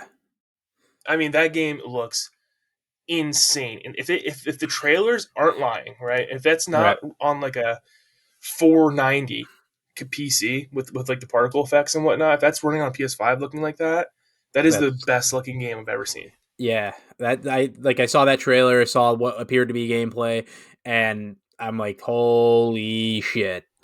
Like, Yeah. so I'm definitely in on Tekken 8. And I feel like they've done a lot of quality stuff with the Tekken series. Like even Tekken 7, like I said earlier, was a great game. Like great game out of the box. It was awesome. So I think they're coming in with a lot of momentum, a lot of goodwill with the fans. So I'm excited for Tekken 8. Oh, that's a day one purchase for this guy. So I'm looking at the last trailer that they showed off, and I think my fears are somewhat.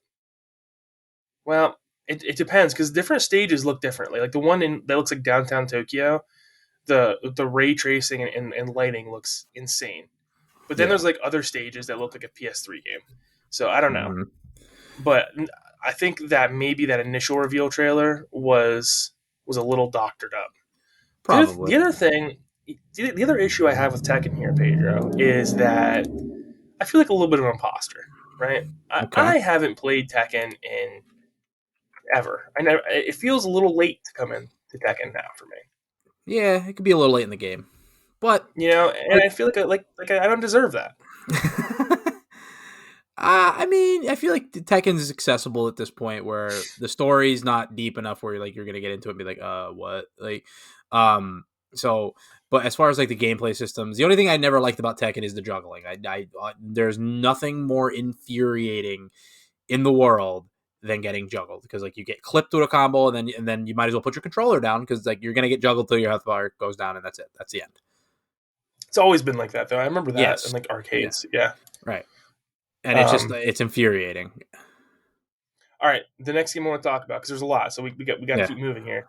Warhammer 40K Space Marine 2. I've always wanted to Holy play that, like the shit, first one. that game is gorgeous, dude, and it makes me want to go back. Let me see it. I think it's expensive because they just remade it. There was a Warhammer game they just put out on Steam, that was free a 60 while. Like, bucks. It was initially released in 2011. They made an anniversary edition where they kind of like dressed it up a little bit, uh, and it's 60 bucks now. on Steam. Yeah. So let me see here. Is it on Game Pass at all? No, Because that seems like a Game Pass game. it's on Game Pass for PC, I think.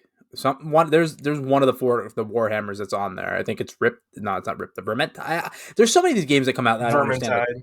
yeah, Vermintide is essentially a horde game, um, where it's a mission based horde game. So like you pretty much just gear up, go on missions, and come back and yeah, collect the loot. Sort of like a. Have you ever played Monster Hunter? yeah. Unfortunately, So it's sort of got the structure of them where there's not uh, really a story. It's just like mission based.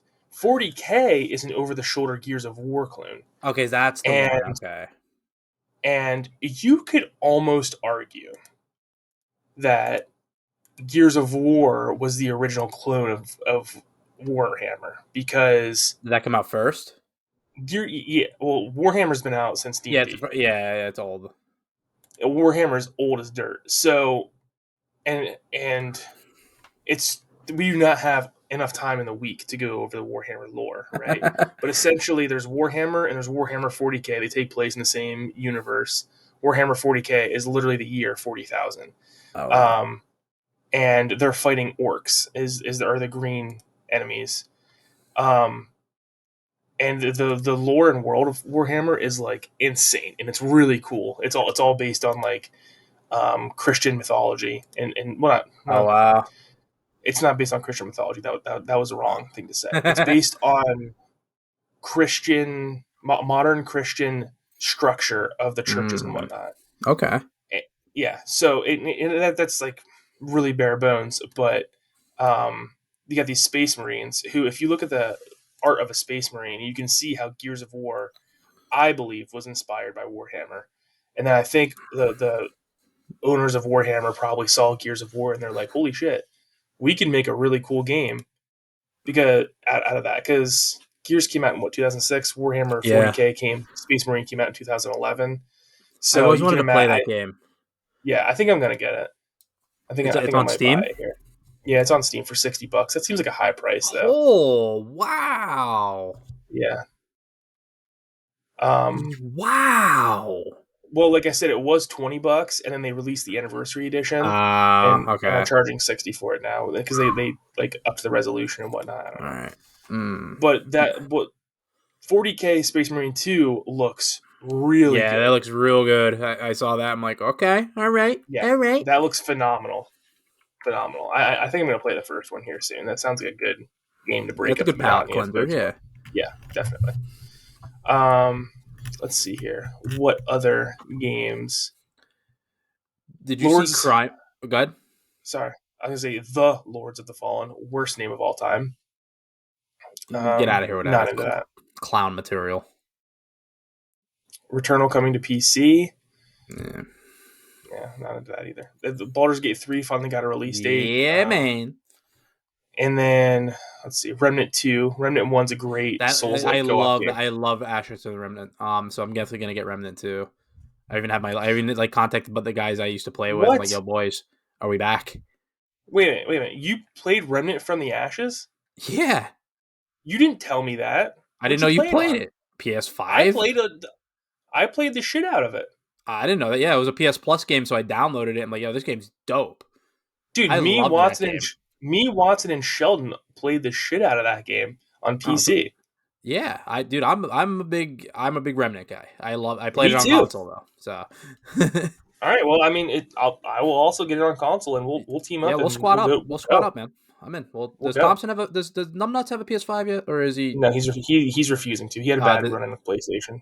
what do you mean he had a bad? What happened? What happened to our boy? Oh, someone got his account info and changed his password and charged his debit card and credit card a whole lot for games, right? So they did the classic. Like Wow.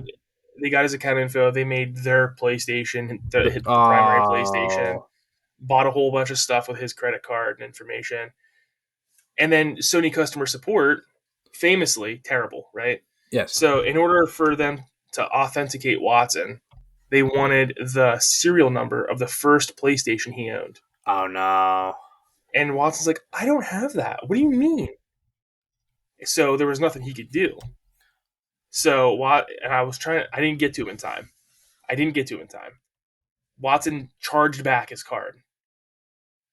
And when you charge back your card through PlayStation, they ban you for life. Oh, So he lost all his digital games and purchases and everything. He can't authenticate through PlayStation ever again wow. on that account. He got the ban hammer.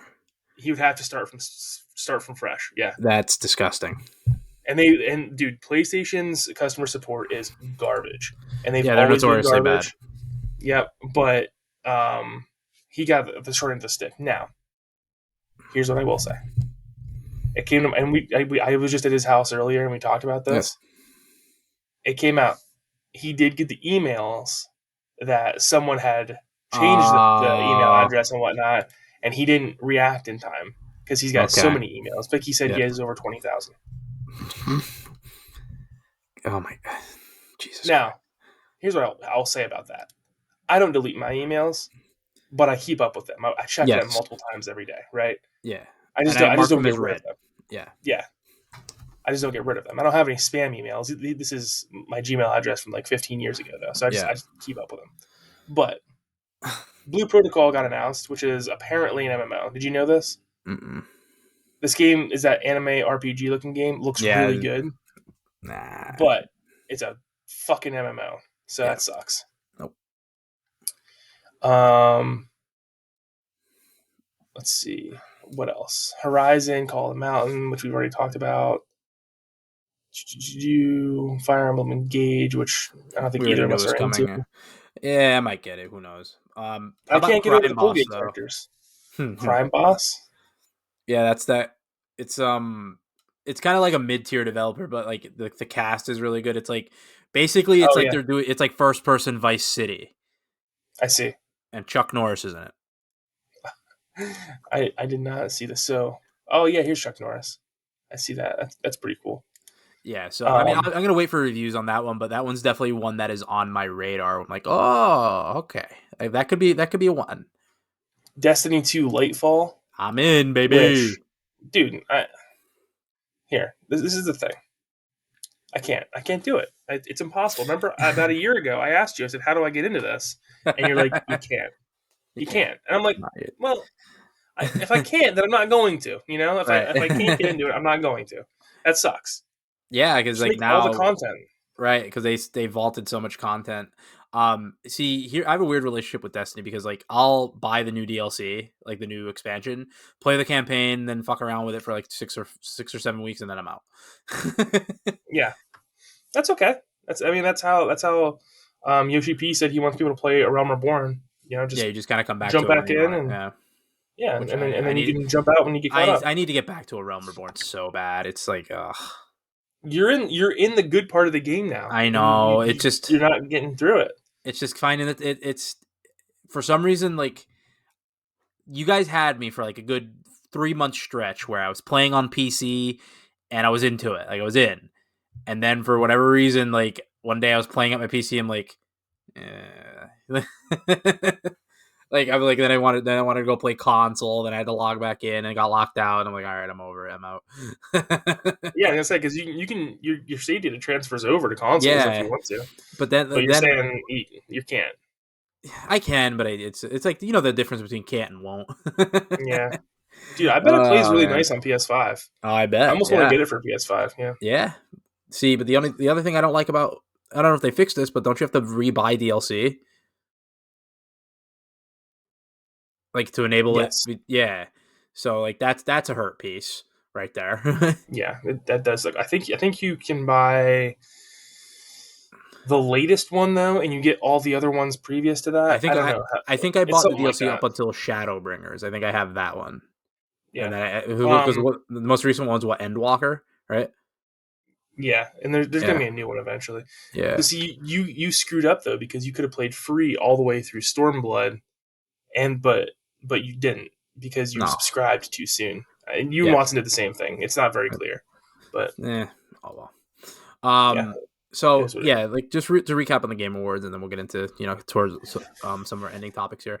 I thought the Game Awards were fine. Like I'm on the same type time as you are. Like these game journalists, I don't really care for who they are or what they say. So like whatever. I enjoyed the announcements a lot. Like I thought overall it was a fun show, and it was like the first time in a long time where I could sit there and say like I watched it with my buddy Adam here, and we were like getting into the announcements, like we popped for certain things, like fuck yeah.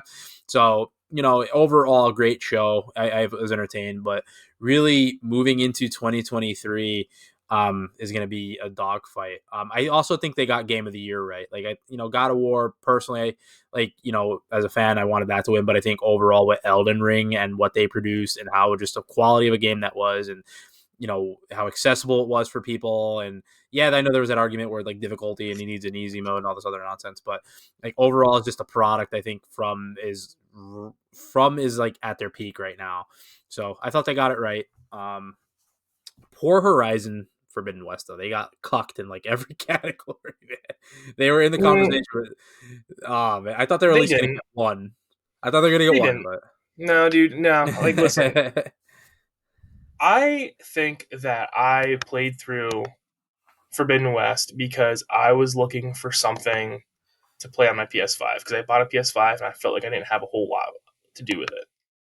But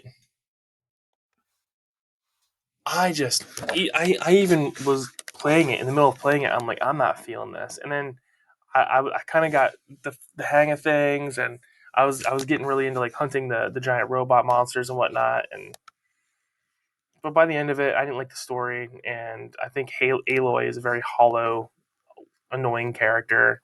I heard she's like And insufferable in the second one. yeah, she absolutely is. So it didn't get shafted.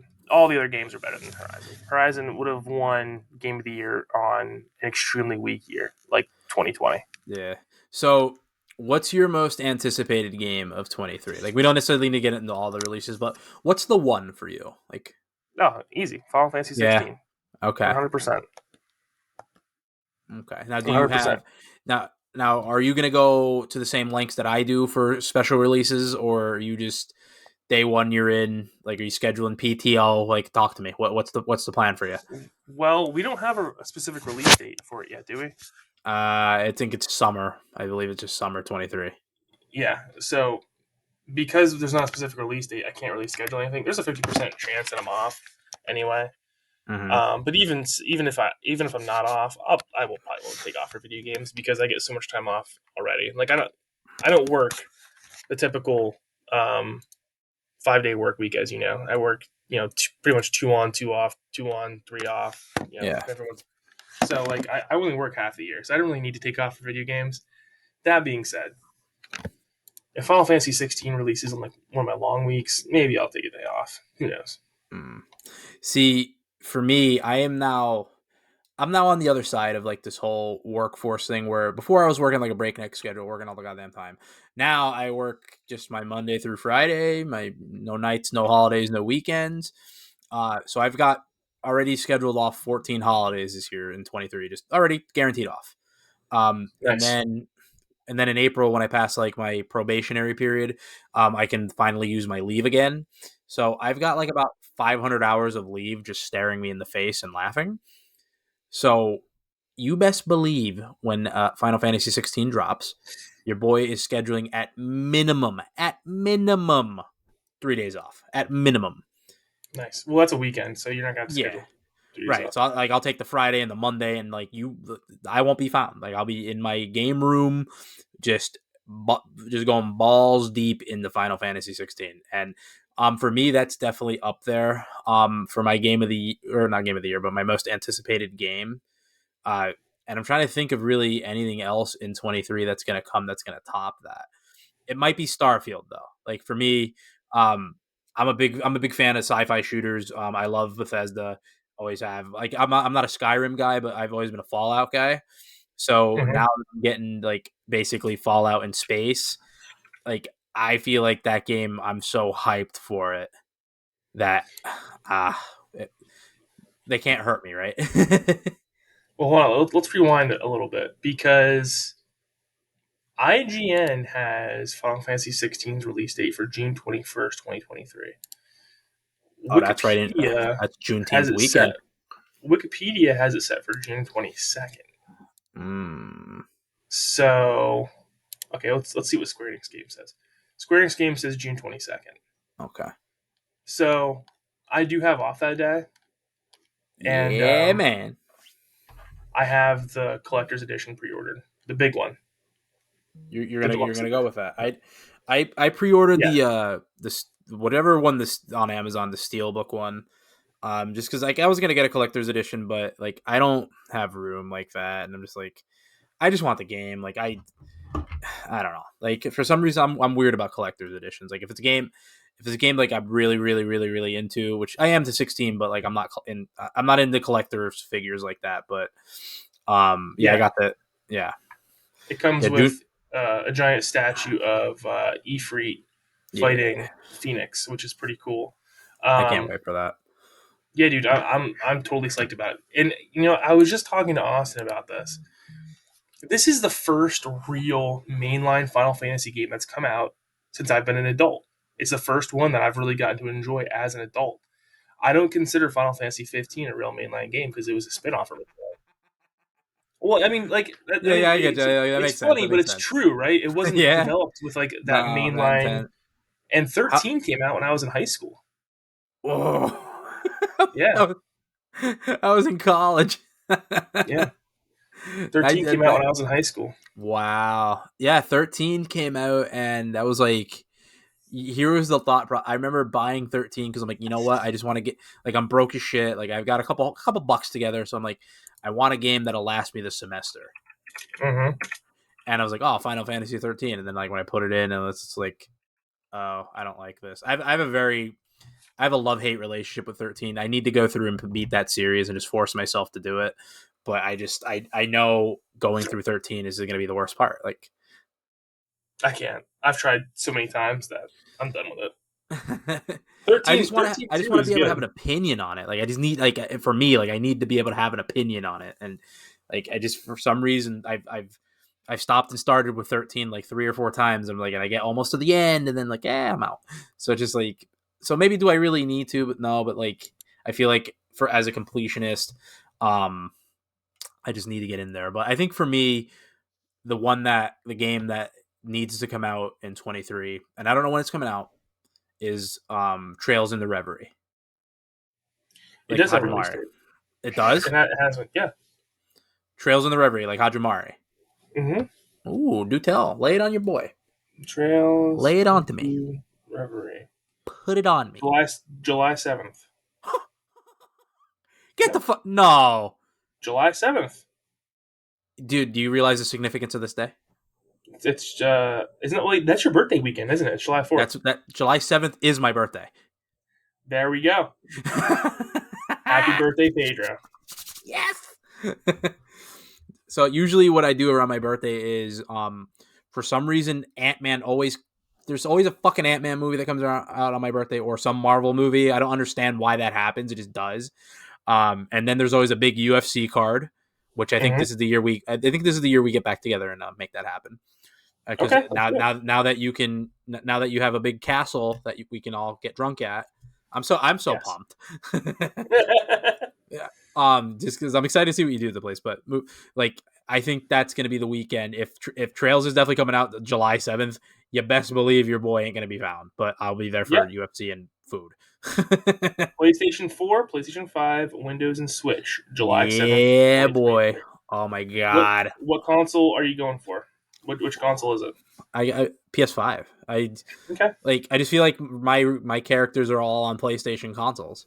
Because remember, I bought Trails of Cold Steel 3 on Switch, and it wasn't the same. Nope, it's not. And I went back to And I went back to PS4. you made fun of me for this because Yeah. I brought that up, and then I was like, no, this is it's gotta be linear. You know. Yeah, and you were so right. Yep. But Oh man. I don't know. I don't know because I have this game on my desktop mocking me What? because Hajimari. I downloaded the English Oh yeah, patch you son right of a before bitch. they took it Yeah. down. Right. So I have So you can play Hajimari's it. English patch. Yeah, I have Hajimari's English patch and Kuro no Kiseki One's English patch on my Ooh, PC right now. that's forbidden fruit, my man. That's I Yeah, don't I know if know. I know. Now, because see, here's what happens if you do that. You're that fucking guy who's like ahead of everyone else in the states. You're that yeah, guy. You become what you hate. I know. I know. Now, I don't know though because the reason I haven't played it yet was number one, I needed a break from Trails Yeah. because I steamrolled through 3 and 4 right back to back because I wanted to catch up and get it out of the way, which I did, and I enjoyed it.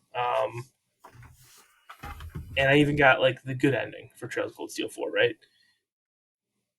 With Yeah. Hajimari though, that English patch is pretty much just the main story and like the main characters, Mm, um, so the you're cheapening the NPCs and what. experience. Yeah, if I feel like I'm cheapening the experience for the instant gratification of wanting to know what happens immediately. I think I can wait on Hajimari and Kuro because it seems like Exceed. It's Exceed, right? Yes. It seems like they're finally realizing that the United States is a big market and people like these games and they're really into them. Especially now that Last Stand Media is talking about it, dude. Let's not Yeah. forget. Let's not forget what Colin Moriarty did to Catherine and Nino Cooney. He boosted Yeah. those games to oblivion. I agree. And you know what's crazy? Those fuckers beat us to doing a goddamn Trails cast. Not that Yeah, I anybody know. would have listened to ours first, but still, it was our idea first. Those dicks. And now if we do it, it's gonna feel like Yeah. it's gonna seem like we're copying him. Although one thing I will say, me and you very clearly better at these games than Maddie. Yeah. What Never forget I. that. Never forget that. Me and you are better at RPGs than Mr. Maddie plays Yeah. because I was listening to him talk about these games, and he's like, "Oh, you can get fees evasion to like 70%," and I'm like, "Motherfucker, you can get fees evasion to about 110 Yeah. You can get percent." it higher than that, bud. Yeah, why don't you double check your numbers, pal? And you never Yeah. switched your master chords. What are you, an Yeah. amateur? What a loser. Yeah. But here's the other thing though. Like, he said something, and like, and obviously we're not criticizing. We're just gonna, being coy, if you will. But I challenge Mr. Matty Plays to an RPG off right now. um, he made he said the thing about the Kiseki series or Trails that like it grinds my gears because like everyone's like, oh, you got to play Trails in the Sky, you got to play this trilogy. I'm like, I have Trails in the Sky, the first one, I think it's FC first chapter, I think. Um, and I'm like 5 hours in, and like I don't like this game. Like Really? yeah, it's just like the battle. Like I'm used to the Arcus and all that. Like I'm used to the updated Trails of Cold Steel battle system. So then when you rip me back, you give me kind of. I mean the graphics don't bother me. I get it. It's an older game, but Hmm. like when you rip me back out of that battle system to this, I'm like no.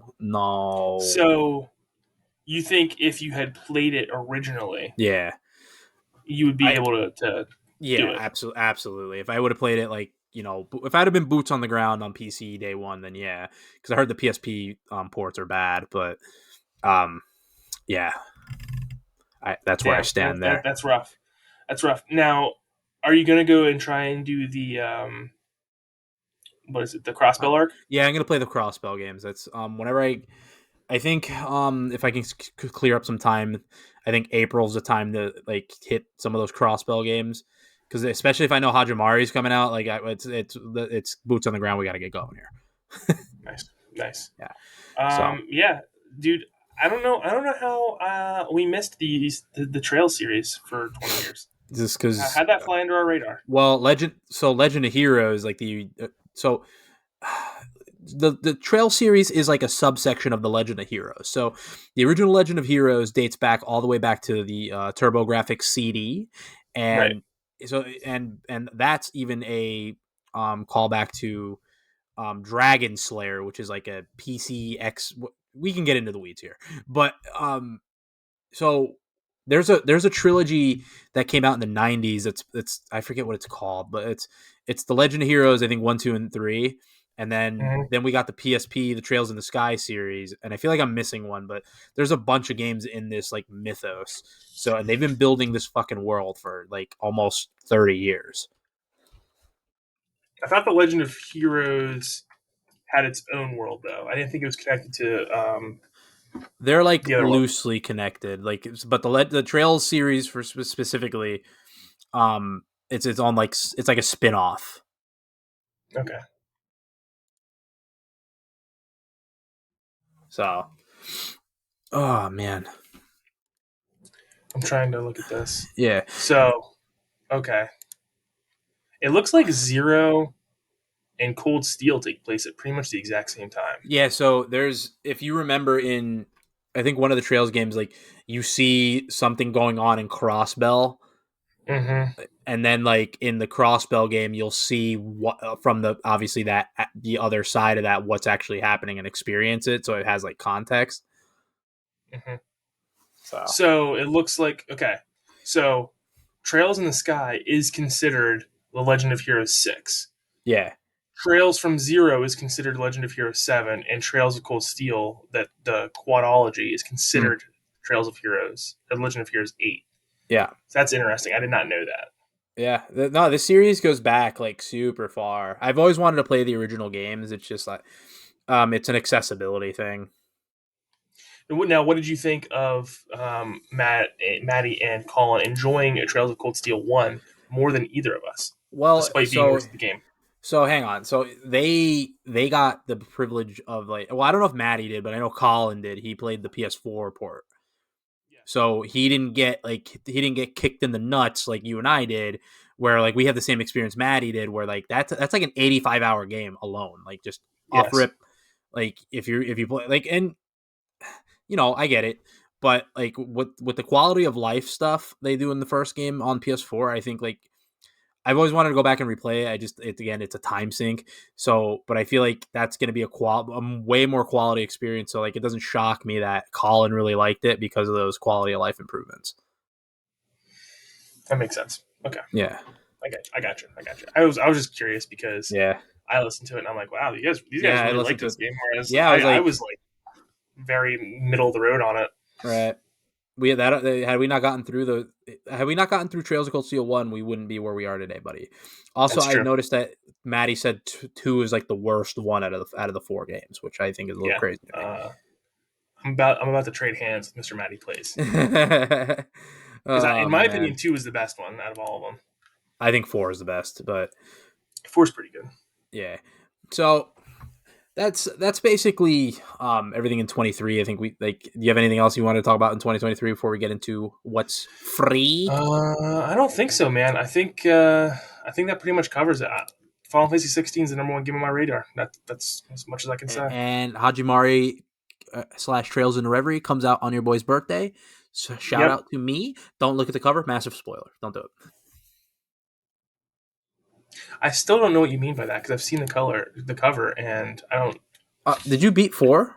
Yeah, Did you get the cutscene at the end of 4? the good ending. There's a cutscene at the end of 4 where they Ouroboros is meeting. I don't think I did. Oh I might have to look this up. Was it after the credits? yeah, post credit scene. I don't think I did watch the post credits Uh, scene. well, see, I feel like I can't tell you because like Don't tell I me mean, because we're live on the air. I'll look it up. I'll look it up. I beat the game, right? So I'll look it up. yeah, but like they make a certain they allude to somebody and they show like a silhouette and they allude to like this character being like a major character, and then if you look at the cover art, which you shouldn't do, into Trails into Reverie / Hajimari, there's this motherfucker just sitting right there on the cover, just all hey hi, and They always do this. you're like, bro. Wasn't the Cold Steel 2 cover Yeah, art a it's massive a massive spoiler? spoiler. Yeah, if you don't, if you like, Why do they keep doing this? dude, like I said, Trails is one of those series that you can just spoil yourself without even trying. Yeah, it's crazy because everything Yeah. in Trails is a twist. Yes. There's nothing that's not a twist. Yeah. See, I will. Last thing we'll say on Trails and their show. I am jealous that they got to experience that plot twist in one like organically, and I had it spoiled. It was my fault. It was my fault. I'll take the L because like I wanted to look up. I was looking up.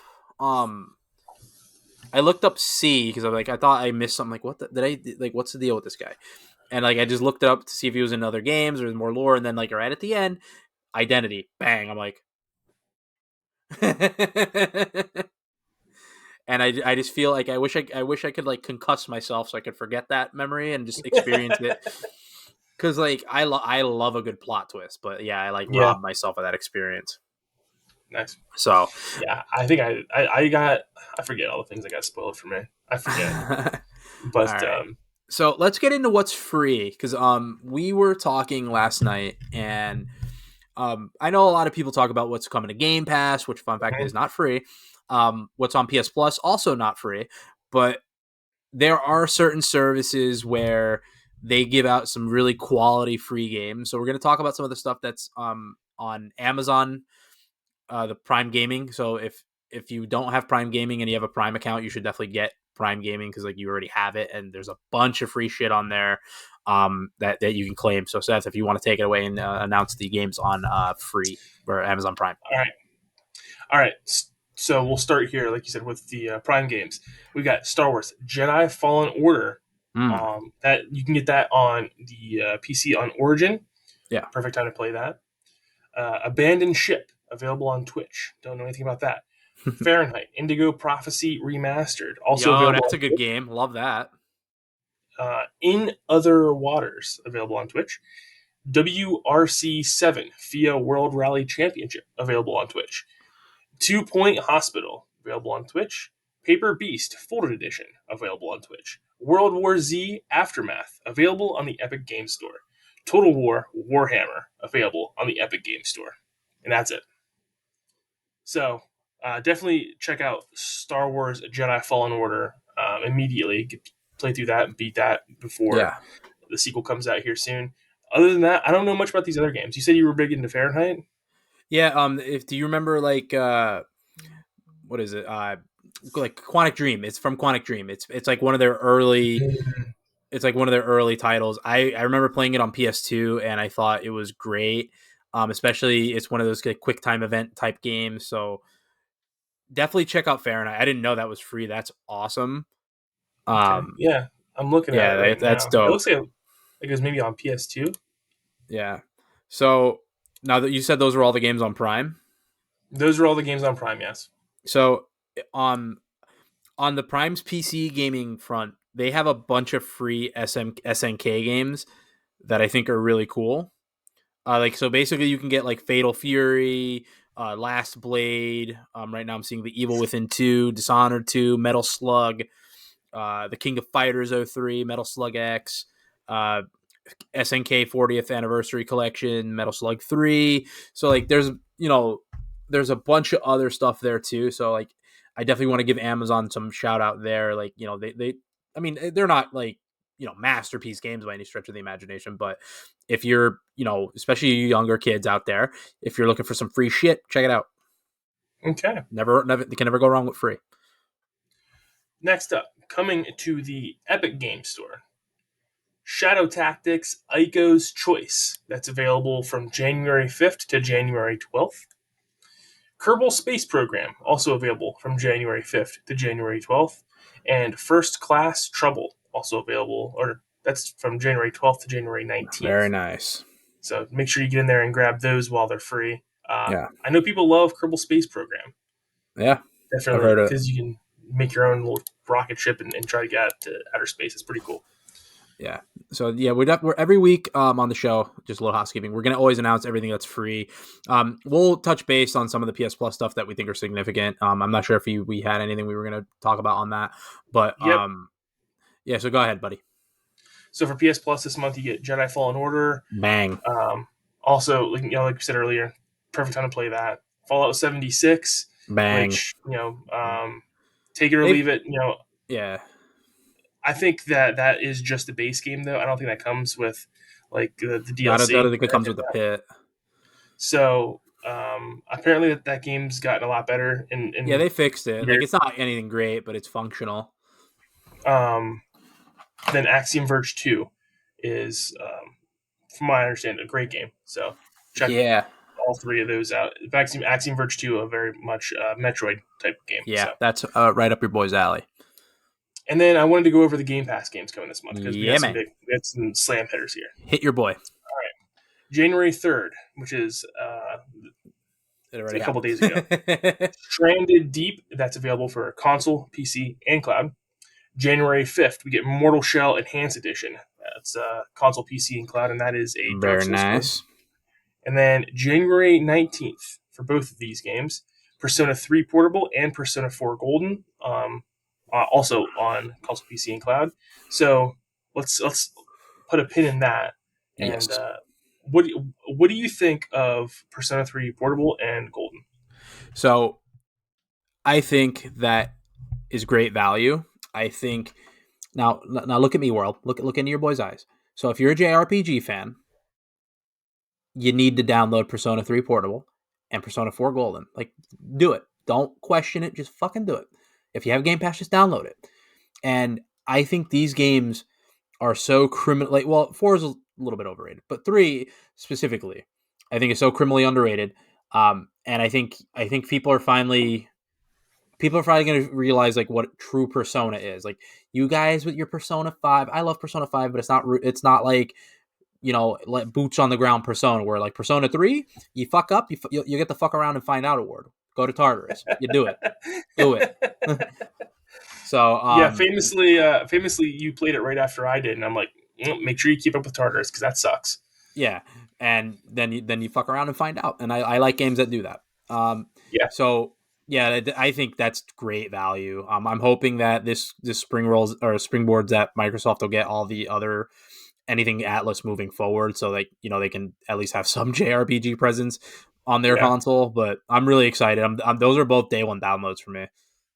I'm very upset though that it's the portable version of Persona 3. Very upset. I won't play it. So I think I still have Persona Fez somewhere, but I wonder why they did that. Like why not just, if you're gonna just do that, like just make it, or I guess make both versions, or give me Fez and like just give me some options, because like FES is like probably the best version of Persona 3.